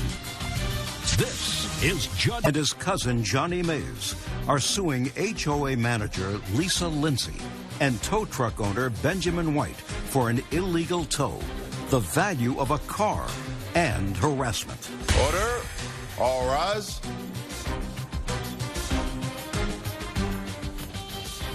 Yeah, it's case number 286 on the calendar, the matter Williams Mays versus Lindsay White. Thank you. You're welcome, Judge. Parties have been sworn in. You may be seated. Folks, have a seat, please. Who's Mr. Williams? I am, Your Honor. Mr. Williams, how long have you been living in this condo association? I moved in August 1st of this year. Do you own or rent? I own. And you are the homeowners association manager. Yeah. And do you live in the complex? I do. How long have you lived there? 25 years. Okay. Now, this is what the case is about. On September 16th, so about a month and a half after you moved in, Mr. Mays was visiting you. Yes. And according to you, he parked in a legal place, and he parked a truck. SUV. That truck was towed. It was towed by this gentleman who has a contract with the Homeowners Association because he says the truck was not parked legally, and his contract with the Homeowners Association is to remove illegally parked vehicles. So I don't know what your involvement is in the case because it wasn't yours. Mr. Mays is suing because his truck was towed. So he's suing for a variety of things, including the value of the truck, right? Yes. Because for some reason you didn't get the truck back. And all kinds of other things, illegal confiscation of a vehicle, whatever, blah, blah. Now, Miss Lindsay has a counterclaim, which I quite honestly don't understand, because Miss Lindsay says neither one of you own that truck. And she ended up having to pay the towing fees for the rightful owner of the truck. And she wants one of you to reimburse her for that. That's a whole other story. So let's start out with September 16th. Yes. What kind of truck were you driving? A 99 Chevy Tahoe. Who owned the Chevy Tahoe? I did, ma'am. Show me. One thing I can show you is I've had the truck for a year. Is it registered in your name? No, it's not, ma'am. Well, then that's a problem. In whose name is it registered? It's in Tony's name, ma'am. Tony who? Robinson and his wife, my ex-brother-in-law. So you don't own the truck. If it's registered to somebody else, that means they are the registered owners of the property. That's true, ma'am. Can I say one thing? You can say whatever you like. Okay. Tony has been trying to give me the pink slip. Okay. It matters not to me. Right now, you're not the registered owner of this car, and she's going to show me proof that she paid the towing fees to somebody else. And I don't know why you would do that if the car was not illegally towed. Do you understand? If you ultimately found out that it wasn't registered in his name and you contacted the rightful owner, I assume that's what you did. Is that right? Yes. And the owner said, I didn't know anything about it. I wasn't driving the truck. Who owns the car? That would be you. Stand up. Who notified you that your car had been towed? Lisa did. Miss Lindsay. And when did she notify you? It'd been maybe about 4 days later, 3 to 4 days later. Tell me what you said to her and what she said to you. She says that, you know, I'm so sorry that this got towed, and it wasn't your fault. Just go pick your vehicle up. That was it. Is that what you said to him? It's a little bit more than that. Well, tell me what you remember about the conversation. What happened was I had been talking back and forth with Ben and... Who's Ben? The tow truck owner. Yes. And the police, and we weren't sure if the car was stolen. So what I did was called the young man, and I said, your car was towed. I understand it was stolen. And he actually had told me she has a she needs her car. So I said, fine, you know what? I'll get your car for you, because they didn't have the money to get it, because at that time we thought the car was stolen. Sir, your last name is Robinson? Yes. And you're his ex-brother-in-law? Correct. How did he come into possession of this truck? Well, we had a deal that he was going to pay me. Within 6 weeks, he was supposed to have this vehicle paid off. He gave me $1,000 down, and we had an agreement that he was going to pay with the $1,000 down at that moment. Within another 6 weeks, he was going to pay the other $1,500, because it was a total of $2,500, and it never occurred. So he paid, but he paid not what? Fully. He would pay one payment, June 3rd, was $200. Then we received another payment. How much did you receive in total? Wifey knows more. $1,950. $1,950? And that was up until December of 2014. And then he just stopped paying. And he said he would pay us every third of the month. And he kept saying he was going to pay, and he never did. And we were just like, okay, well, we need this car paid off. I told my husband, I need this car paid off, because he had got it towed back in, I think, August. And it was a lot of money to get out. He could have been paying us, but he got it out. Then after he got it out from towing? He got it towed because he had no license. You mean not this towing? No, Mr. Mays had it towed before for no license when he was in our possession. Then he got a ticket in our name. He needs to pay. But he never paid. And why didn't you finish paying for the car? Tony told me God told him to give me the car. That's why I didn't finish paying him. He told me he was going to give me the pink slip outright. That's what he told me. He said God told him to give me the pink. Well, evidently he wasn't listening, if that's what he told you. So, I believe that. So you have no cause of action, actually, because you have no interest in this car. The car was repossessed because she failed to pay the balance. So you have no interest in the car. And I, quite frankly, Mr. Williams, don't understand what you're doing here. Your Honor, if I please. Now, please. I'm the owner of the property there. And the trespass. Just a second. Don't give me a code. Yes, ma'am. I'm not interested in a code. Yes, ma'am. I'm not interested in your homeowners association, yes, confederation. I'm not interested in anything. Yes, ma'am. I want to know what you're doing here. The trespassing and taking property from my premises. You don't own that property. Yes, I do. I'm paying the note. No, you don't. That's common property. Private property, Your Honor. No, it's common property to the homeowners association, because the property was taken from a driveway. Is that correct? That's correct. That's correct. Okay. What? Your Honor, if that's the case, then the driveway has to be mine, has to belong to my unit. Nothing happened to you, Mr. Williams. Your Honor. Nothing happened. Belonged to him in a driveway. It was towed. You suffered no damage. You suffered no. He didn't even suffer damage. You suffered no damage. I want to know what you're annoying the courts for. I'm not annoying. With all due respect, Your Honor. You're annoying the courts. Yeah, if it wasn't me, it would have been some other judge. I want to know what it is that you suffered as a result of this incident. It's a violation of my property rights, Your Honor. I own the property. Good. And there's no law in California that says they could come and remove property off my property without my written permission. Good. And that's exactly what happened. Great. Okay. Your case is dismissed. Yours is dismissed, sir, because you don't own the truck. Now, my problem with you don't own the truck. He told me don't pay him. I'm telling you, you don't own the truck. Thank you. Now, just a second. I have a counterclaim. Now, the counterclaim is sort of interesting, because if you paid them, you did that voluntarily. True. Then you can't turn around and sue him. Well, okay.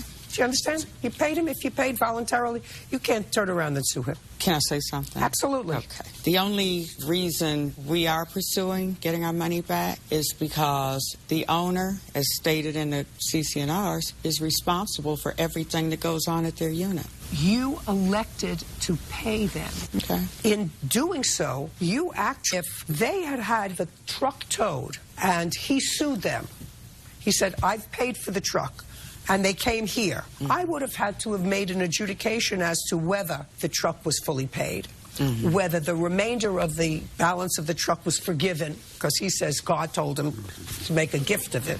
Not that I believe that. Even though they were. But you, in your wisdom, decided, listen, I'm not dealing with any of that. Take your car. I didn't even know this guy was going to sue Judge Judy at the time. I thought their car was stolen. That's all. And I felt like, well, if why their are car they was responsible? stolen, if their car was stolen, why was any money paid at all? If the car was stolen, I mean, you have a contract with them, right? Yes. She's the one who gave you the money. Yes. Then she could say to you, listen, the car was stolen. They're innocent people. Give them back their car. Oh. Right? Guess so. Yes. Give them back their car. I'm not giving any money. Give them back their car. It's a stolen car. You're not entitled to get paid for it. From me, you could sue him and then say, I'm suing him under this limited set of circumstances. He is responsible for anything that goes on his property. But now he's saying it's not his property, it's community property. Right? Yes, it is. You Yes, have your ma'am. car back? Yes. You're not damaged? You didn't finish paying for the car? Everybody got what they deserved. Excuse, you may step out. Nobody can come on my property to remove anything without my written permission. He's responsible for his four walls. I don't care whose car it is. If it's on my property with my permission. The inside of the garage. And my authority, then it's under my control. The only thing I can say is if you don't want this type of thing to happen. If that's the case, anybody can come up on your property, anybody else's property. Don't move in a homeowners association. And just take what they want without punishment for it. And now, the next case. All parties in the matter of Fettner versus Johnson. Step forward. Deborah Fettner is suing her ex-boyfriend, J.D. Johnson, for the return of property left behind when she moved out of his home. All right, Ms. Fettner, I gather that you and the defendant had a long-term relationship that spanned, according to your complaint, about 7 years, sometimes up, sometimes down. And in November of last year, you were not together, according to your complaint. Is that right? Yes, ma'am. How long hadn't you been together? Since April of 2014, when I moved out of the home. So April, May, June, July, August, September, October, November, 8 months. When you moved out, where did you move? When I moved out, I went to a friend's house. I went to a friend's house, and then he told me that I was no longer welcome back over there. But his mom said that I could keep my... Tell me what his mom said. Said that I could keep I went to a friend's house in Upland, and it was Brad's house. How long did you stay there? I stayed there up until I moved in with another friend of mine, Ricky, which I stayed there until probably September. And then from there, I went to rehab, and I was there for 30 days. And then when I got out, I went to Apple Valley, and that's where I've been. That's where I'm still at now. Okay. So this is what the case is about. You say that the defendant has $5,000 worth of your property. Yes, ma'am. More than that, actually. Actually, I don't care. Okay. The law doesn't care. Okay. Judge Judy continues in a moment. They said I could keep my stuff there until I found a place to go. I mean, you moved into with another guy, and he told you that you could store your stuff there? Is that what you're telling me? Ridiculous! And later today... You see how well we're going to get along, Mr. Evans? Yes. Despite the fact that you actually thought you were going to the beach today. Yes, yes. Do you understand? Yes. Real cases, real people. Judge Judy. Deborah Fettner says ex-boyfriend J.D. Johnson owes for the return of her property.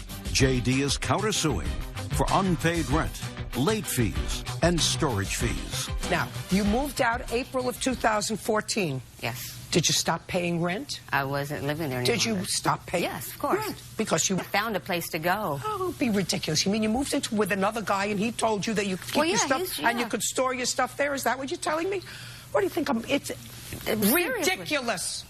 So the only thing that maybe I'm going to hear, because I listened to all the nonsense, you went back in January, you've been gone almost a year now, and you came back to retrieve boxes from his house. So you've been with two different guys and in rehab, and now you're going back to get your stuff. And you do, according to you, take some of your stuff. The thing that sort of pops out of the pages on this is the issue of a television set, because you both discuss a television set, among other things, which I'm not interested in a 7-year relationship that you've abandoned over the course of the year.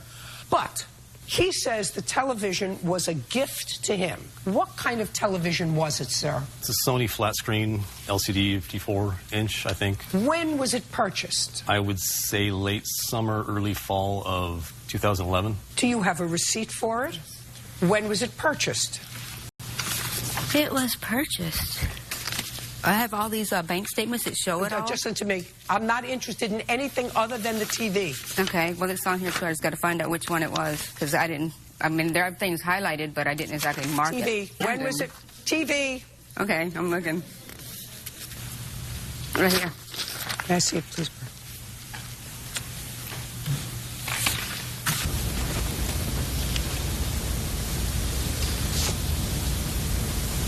2011. It would be October of 2011. That's the Sony TV? Sounds about right. No. Sony TV. And it was purchased using her credit card. You had some sort of a settlement. You came into a lot of money. And, of course, wisely, you saved most of it. Okay. Where's the TV? At my house. She has to pick it up. Do you understand?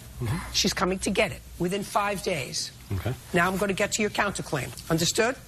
You want rent from her. What? Yes.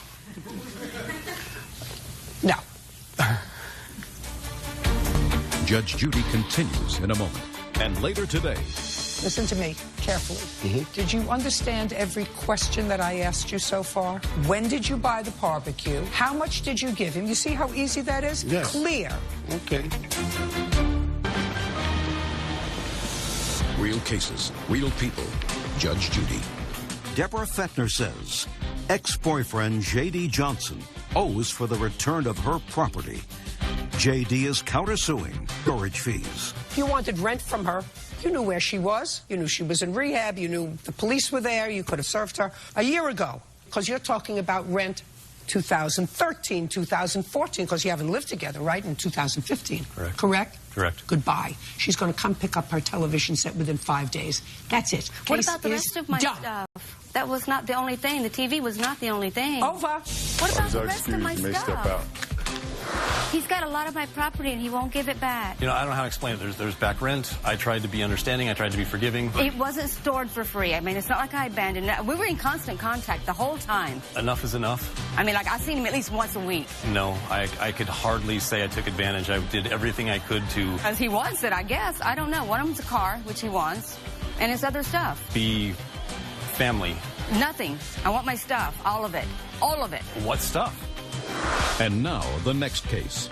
All parties in the matter of Martin versus Evans. Step forward. Jocelyn Martin is suing fellow restaurant owner Donald Evans for money owed for a barbecue grill. I gather both of you are in the restaurant business. Is that correct? Yes. Is that correct? Yes. What kind of restaurant, Mr. Martin, are you in? I have a jerk chicken Caribbean restaurant. And you, sir? Barbecue restaurant. Sell Great. ribs. Martin, when did you purchase it, sir? Give me the month and the year. April of 2014. Okay, so that's a long time ago. Yes. And how much was the agreed upon purchase price? It was $2,800. Okay. And you purchased the barbecue. Did you take possession of it in April? Yes. How much money did you give Mr. Martin? I think it was $1,500 down. Is that correct, Mr. Martin? Yes, Your Honor. So he gave you $1,500. Yes, Your Honor. Did he ever pay you the balance? No, Your Honor. Did you ever pay him the balance? He told me that after I put the barbecue pit together and all, if everything was okay, because he was sitting in the back of his store. Listen to me carefully. Did you understand every question that I asked you so far? Could you repeat it again, please? You answered the questions. Okay. You answered the questions Yes. because you understood the questions. Yes. When did you buy the barbecue? How much did you pay for the barbecue? How much did you give him? You see how easy that is? Yes. Clear. Okay. Judge Judy continues in a moment. Want justice? Go to judgejudy.com. Like us on Facebook and follow us on Twitter. Okay. Now, I said, did you give him the balance? No. That's the answer. No. I want you to tell me linear, just like I talked to you. Yes. Great. Do you see how well we're going to get along, Mr. Evans? Yes. Despite the fact that you actually thought you were going to the beach today. Yes. Yes. Do you understand? Yes. Yes. So now I want you to tell me it's a year later and you haven't paid him the balance. Why? It was no good. Who cares? Did you return it to him? The answer is either yes or no. Did you return it to him? No. Then you owe him the balance. Okay. Great. Judgment for the plaintiff in the amount of $1,300. Thanks very much. That's all. Thank you. Parties are excused. You may step out. Judge Judy continues in a moment. And on the next Judge Judy. A teen watched over his elderly neighbor. Cared about her. Yes. Andrew, tell me when that changed. When Miss Sessions moved in, they attempted to put a restraining order against me. Judge Judy. The pit was no good. The pit was destroyed. That's what he says. guys don't want to pay. It's blowed up. Boom, blowed up. The pit is still working right now at his restaurant. It just messed the pit up, that's it. Just messed it up more and more, you know. Because the pit was sold as is unshown. Nothing wrong with the grill. I just want to go to the beach now, you know. Never again. Never again. Place of my grandmother?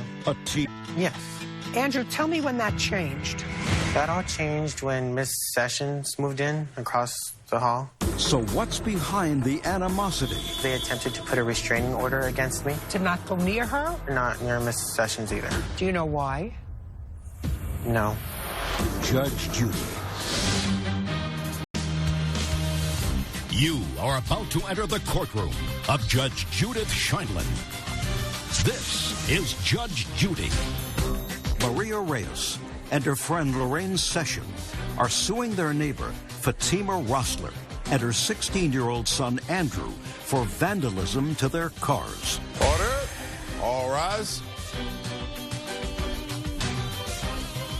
It's case number 293 on the calendar in the matter of Sessions Reyes versus Rossler. Thank you. You're welcome, Judge. Parties have been sworn in. You may be seated. Tell me your first name. Andrew Rossler. Andrew, tell me how you know these two ladies. I've known Maria Reyes since... Who is Maria Reyes?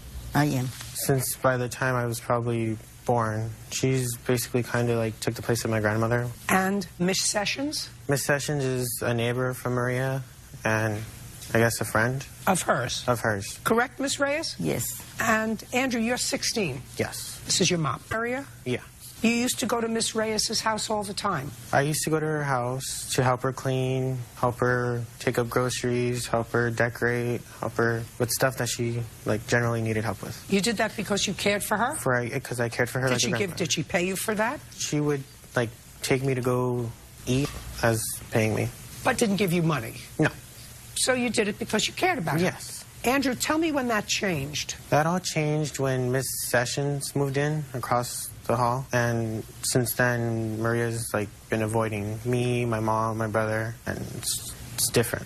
Miss Reyes, tell me what happened to cause your relationship with Andrew to change. Andrew was like a grandchild to me. When his grandmother passed away, he asked me, where else can I go? And I said, you can come to my house, sweetheart. You know, you have another grandma, be your grandma. Well, he took it seriously. So he started, since probably 5 years old, started visiting me in my house, giving me a lot of company. And when my husband passed away, he and his mother were by my side. I was all alone, and the husband passed away. And so, well, he became my child because I never had children. So how did that change? Because he's a computer. He knows the computers. I don't. I don't have a cell. I don't know computers.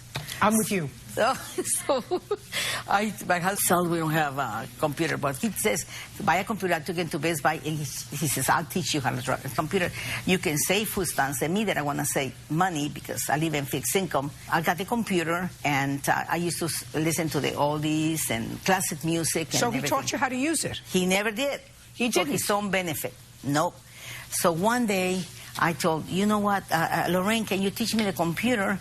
I said, because Andy hasn't been able to teach me. And it's been 2 years, and I'm paying $100 a month. So she went in the computer and says, can you check my email, whatever that is. So she came my email, and then he looked up. He said, you know what, did you purchase 2 insurance since your phones? It's called lockup. I said, no, I don't even have a cell phone. He said, well, somebody did, and they have his name. Just a second. So your friend, Miss Sessions, told you that Andrew had purchased an insurance for his phone. $199. On your credit card or on your computer? Yeah, my credit card and my ATM. Well, who looks at your account? Because I had given him all the information to put it in my Bank of America, my social, my ID, because he was going to teach me how to pay my bills in the computer and save me myself some money in the stamps and timing. That's the reason why. But he never did. So he knew all the information. Yeah, understand why you would be suing him, because it is your claim, both of you, that Andrew scratched your cars on purpose with a rock. That's what this case is about. Yes, That's what the whole case is about. But let's get back to the insurance for the phone. Did you find out that it was on your bank statement, insurance for a phone? Yes. Okay. Did you put insurance for your phone on her ATM card? No, Your Honor. Well, explain to me how that all happened. Well, Miss Reyes had I purchased a phone from this cell phone company, and it came... I think not. Who had? Miss Reyes. Had purchased a phone from whom? From Metro PCS, and her and that service came complimentary on her phone, as what the judge rolled out in previous. What do you mean? You mean this went to court before? Yes, it has. Small claims court? No, because they attempted to put a restraining order against me. To not go near her? To not go near her, not near Miss Sessions either. And what happened with that case? It got dropped because they both had insufficient evidence. But the judge in that case heard about this phone? Yes. Do you have a cell phone, Miss Reyes? No, I don't. Do you have a cell phone, Miss Sessions? Yes, I do. Do you know how to get on her computer? Yes.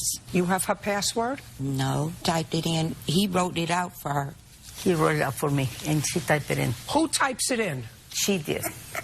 I don't know computers. So that was wrong, Miss Sessions. She doesn't type in her password. You put in her password. Wow. Yes. Right in front of her. I just misunderstood what you said. I was speaking very plainly. Your Honor, my phone is not hooked up. My phone is a government phone. Just a second. That's not my question, Miss Sessions. Yeah, okay. My question was, do you know her passcode? And you said no. I said, then how do you get into her computer? You said she types it in. She said, no, I don't type it in. But she types it in. And then you said, well, yes, I misunderstood. Yes. That's nothing to misunderstand. That's as clear as I'm here and you're there. Okay. Miss Reyes, did you ever see Andrew, scratch your car? Yes, I did with a rock. When?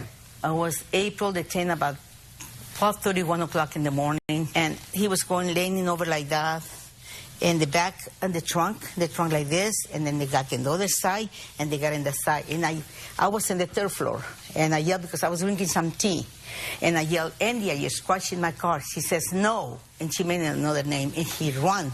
Then I stayed there about, I don't know, class 3, because I couldn't sleep, and I see him again. And then, again, he was in my Lincoln, and he doing the same thing.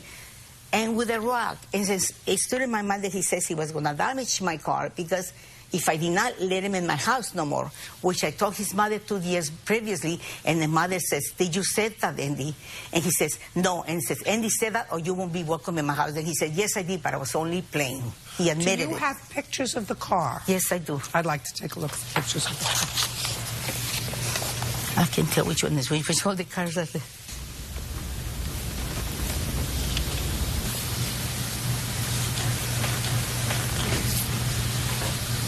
Did you tell his mother what you saw? I did not tell her what I saw because I was already thinking I was going to take him to court. I didn't want, because I wasn't talking to them anymore after March 7th. What happened in March? That's when Miss Sessions found out that he had used my ATM to purchase the insurance lockup. Ever since then, I stopped talking to both. I didn't want to have no relationship with them. Did you tell her why? She knew, because she went up to my door and talked to me. And I says, I don't want to have nothing to discuss. I will see that in court. Well, when did you go to court? May 19th. Are those the minutes? Yes. Can I see the minutes, please?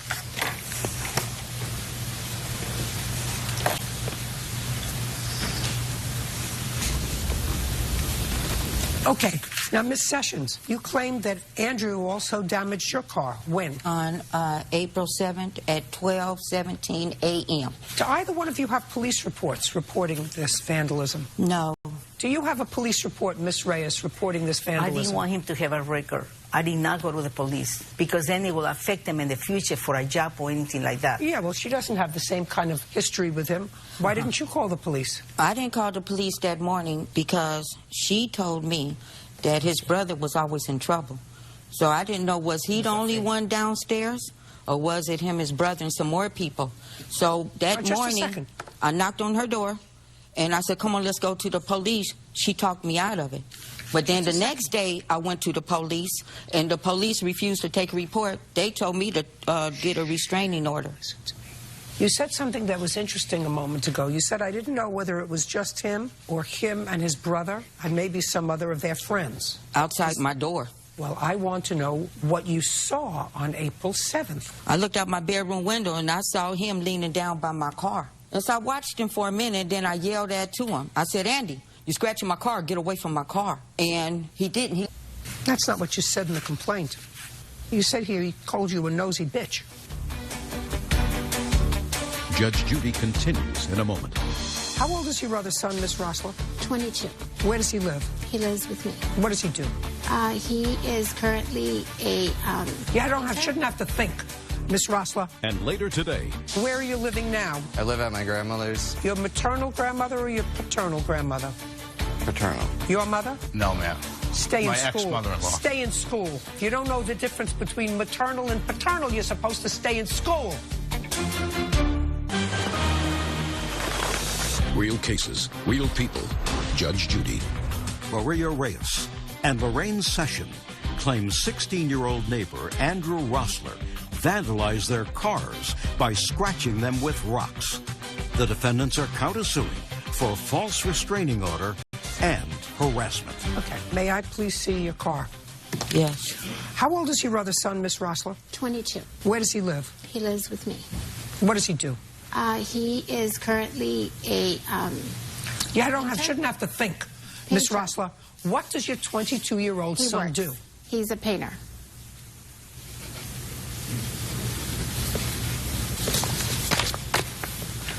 I'm ready. Okay. For those pictures, she doesn't have that car anymore. She has a different car. So that's not your problem.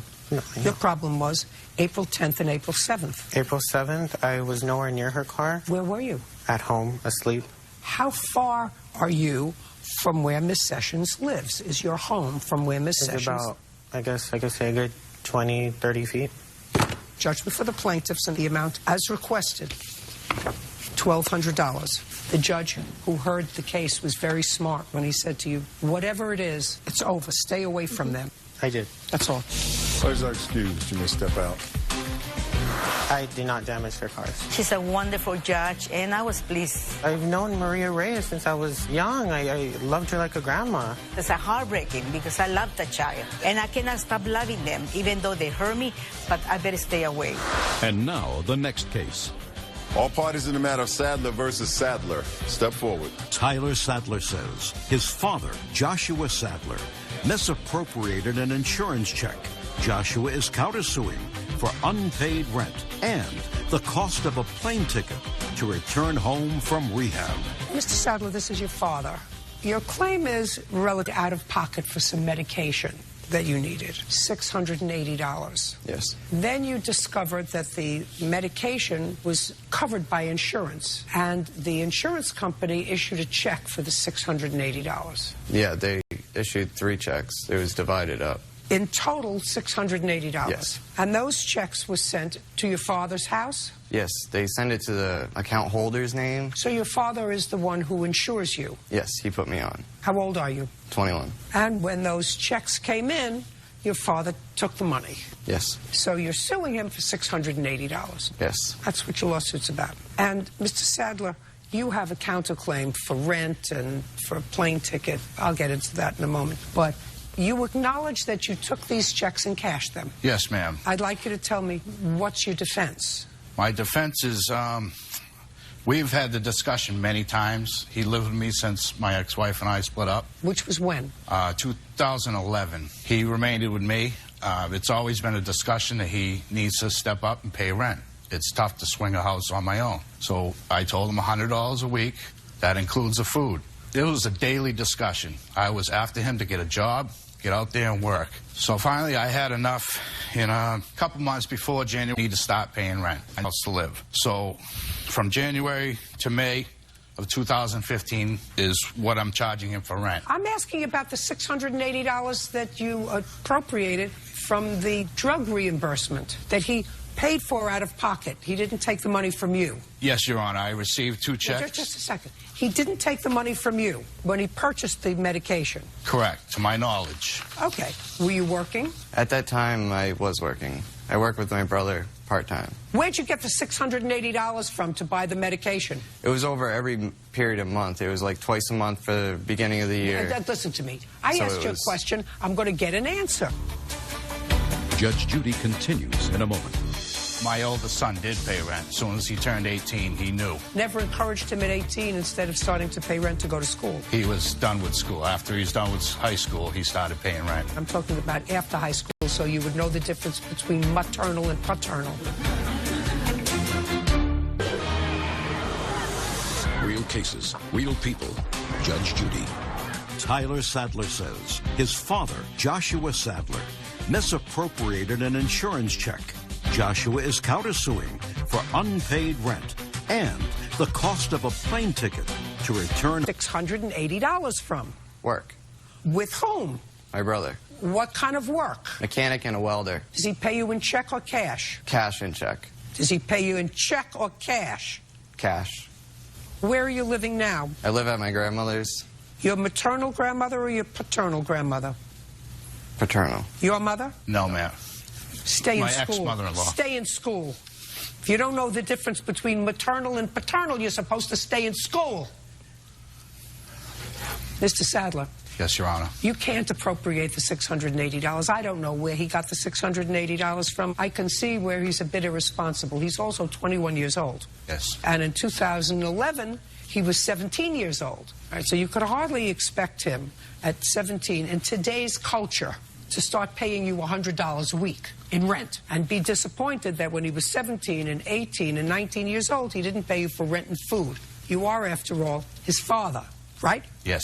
My oldest son did pay rent. As soon as he turned 18, he knew, and he was very good about it. Always paid rent. Never encouraged him at 18, instead of starting to pay rent, to go to school. He was done with school. After he's done with high school, he started paying rent. Well, I understand that. I'm talking about after high school, so you would know the difference between maternal and paternal. Do you understand? So far, you have to give your son $680 because you're not allowed to take his money. Now, you have a counterclaim. Let's start with the plane ticket. You were in rehab, Mr. Sadler? Yes. Where? It was Florida. How long were you there? 1 month. Was this your first stint in rehab? At that time, yes. You've been back since? Right after that. It was a month later. And when you had to come home, who sent you your plane ticket? Well, I called my father to ask him if he could help me get back because I was just didn't want to be there. Like, I was homesick and everything. And well, you don't want to be in rehab. It's not actually like going to Paris. But you weren't ready to come back. I thought I was in my head, but I wasn't. And what did your father say to you when you said to him, can you help me get home? He said that he didn't have the money to get me a plane ticket, that I should just wait until they send me back, because they have a program. If you stay there for the 30 days, they'll send you back home for nothing. So if you try to get out early, they make you pay on your own. So I asked him, and I called him and begged him and asked him if he could get me home, and he said he would, and he said that I'm going to get you a flight, but you got to try to help me with the plane ticket. And I said, I'll try, but I'm not working at the time, so it's going to be really hard. Are you working now? Yes. Great. For your brother? Yes. And you're living with your grandmother? Yes. Even better. And you're paid in cash? $100, Your Honor. $680 minus $140. I just don't see... $540. Judge Judy continues in a moment. Are you in a family dispute? Go to judgejudy.com, like us on Facebook, and follow us on Twitter. Now, let's talk about rent. Yes, Your Honor.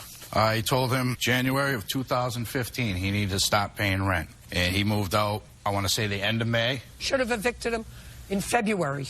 I didn't evict him, Your Honor. I said, no, you've not followed. I said you should have evicted him in February. Oh, yes. If he was your tenant. If he was your tenant. And this was a landlord and tenant situation, which you want me to construe it as. If he didn't pay January's rent, give him a 30-day notice to quit. He's over the age of 18, and evict him. And if he didn't pay rent in March and you didn't do it, well, then you're treating him like your son rather than like a tenant, right? Correct. Good. So you don't get rent. But you get your $140 for the plane ticket. That takes care of your counterclaim judgment for the plaintiff in the amount of $540. That's all. Thank you. Step out. Judge Judy continues in a moment. And on the next Judge Judy. The tree on your property was causing damage to her driveway. I have a piece driveway. Didn't happen overnight.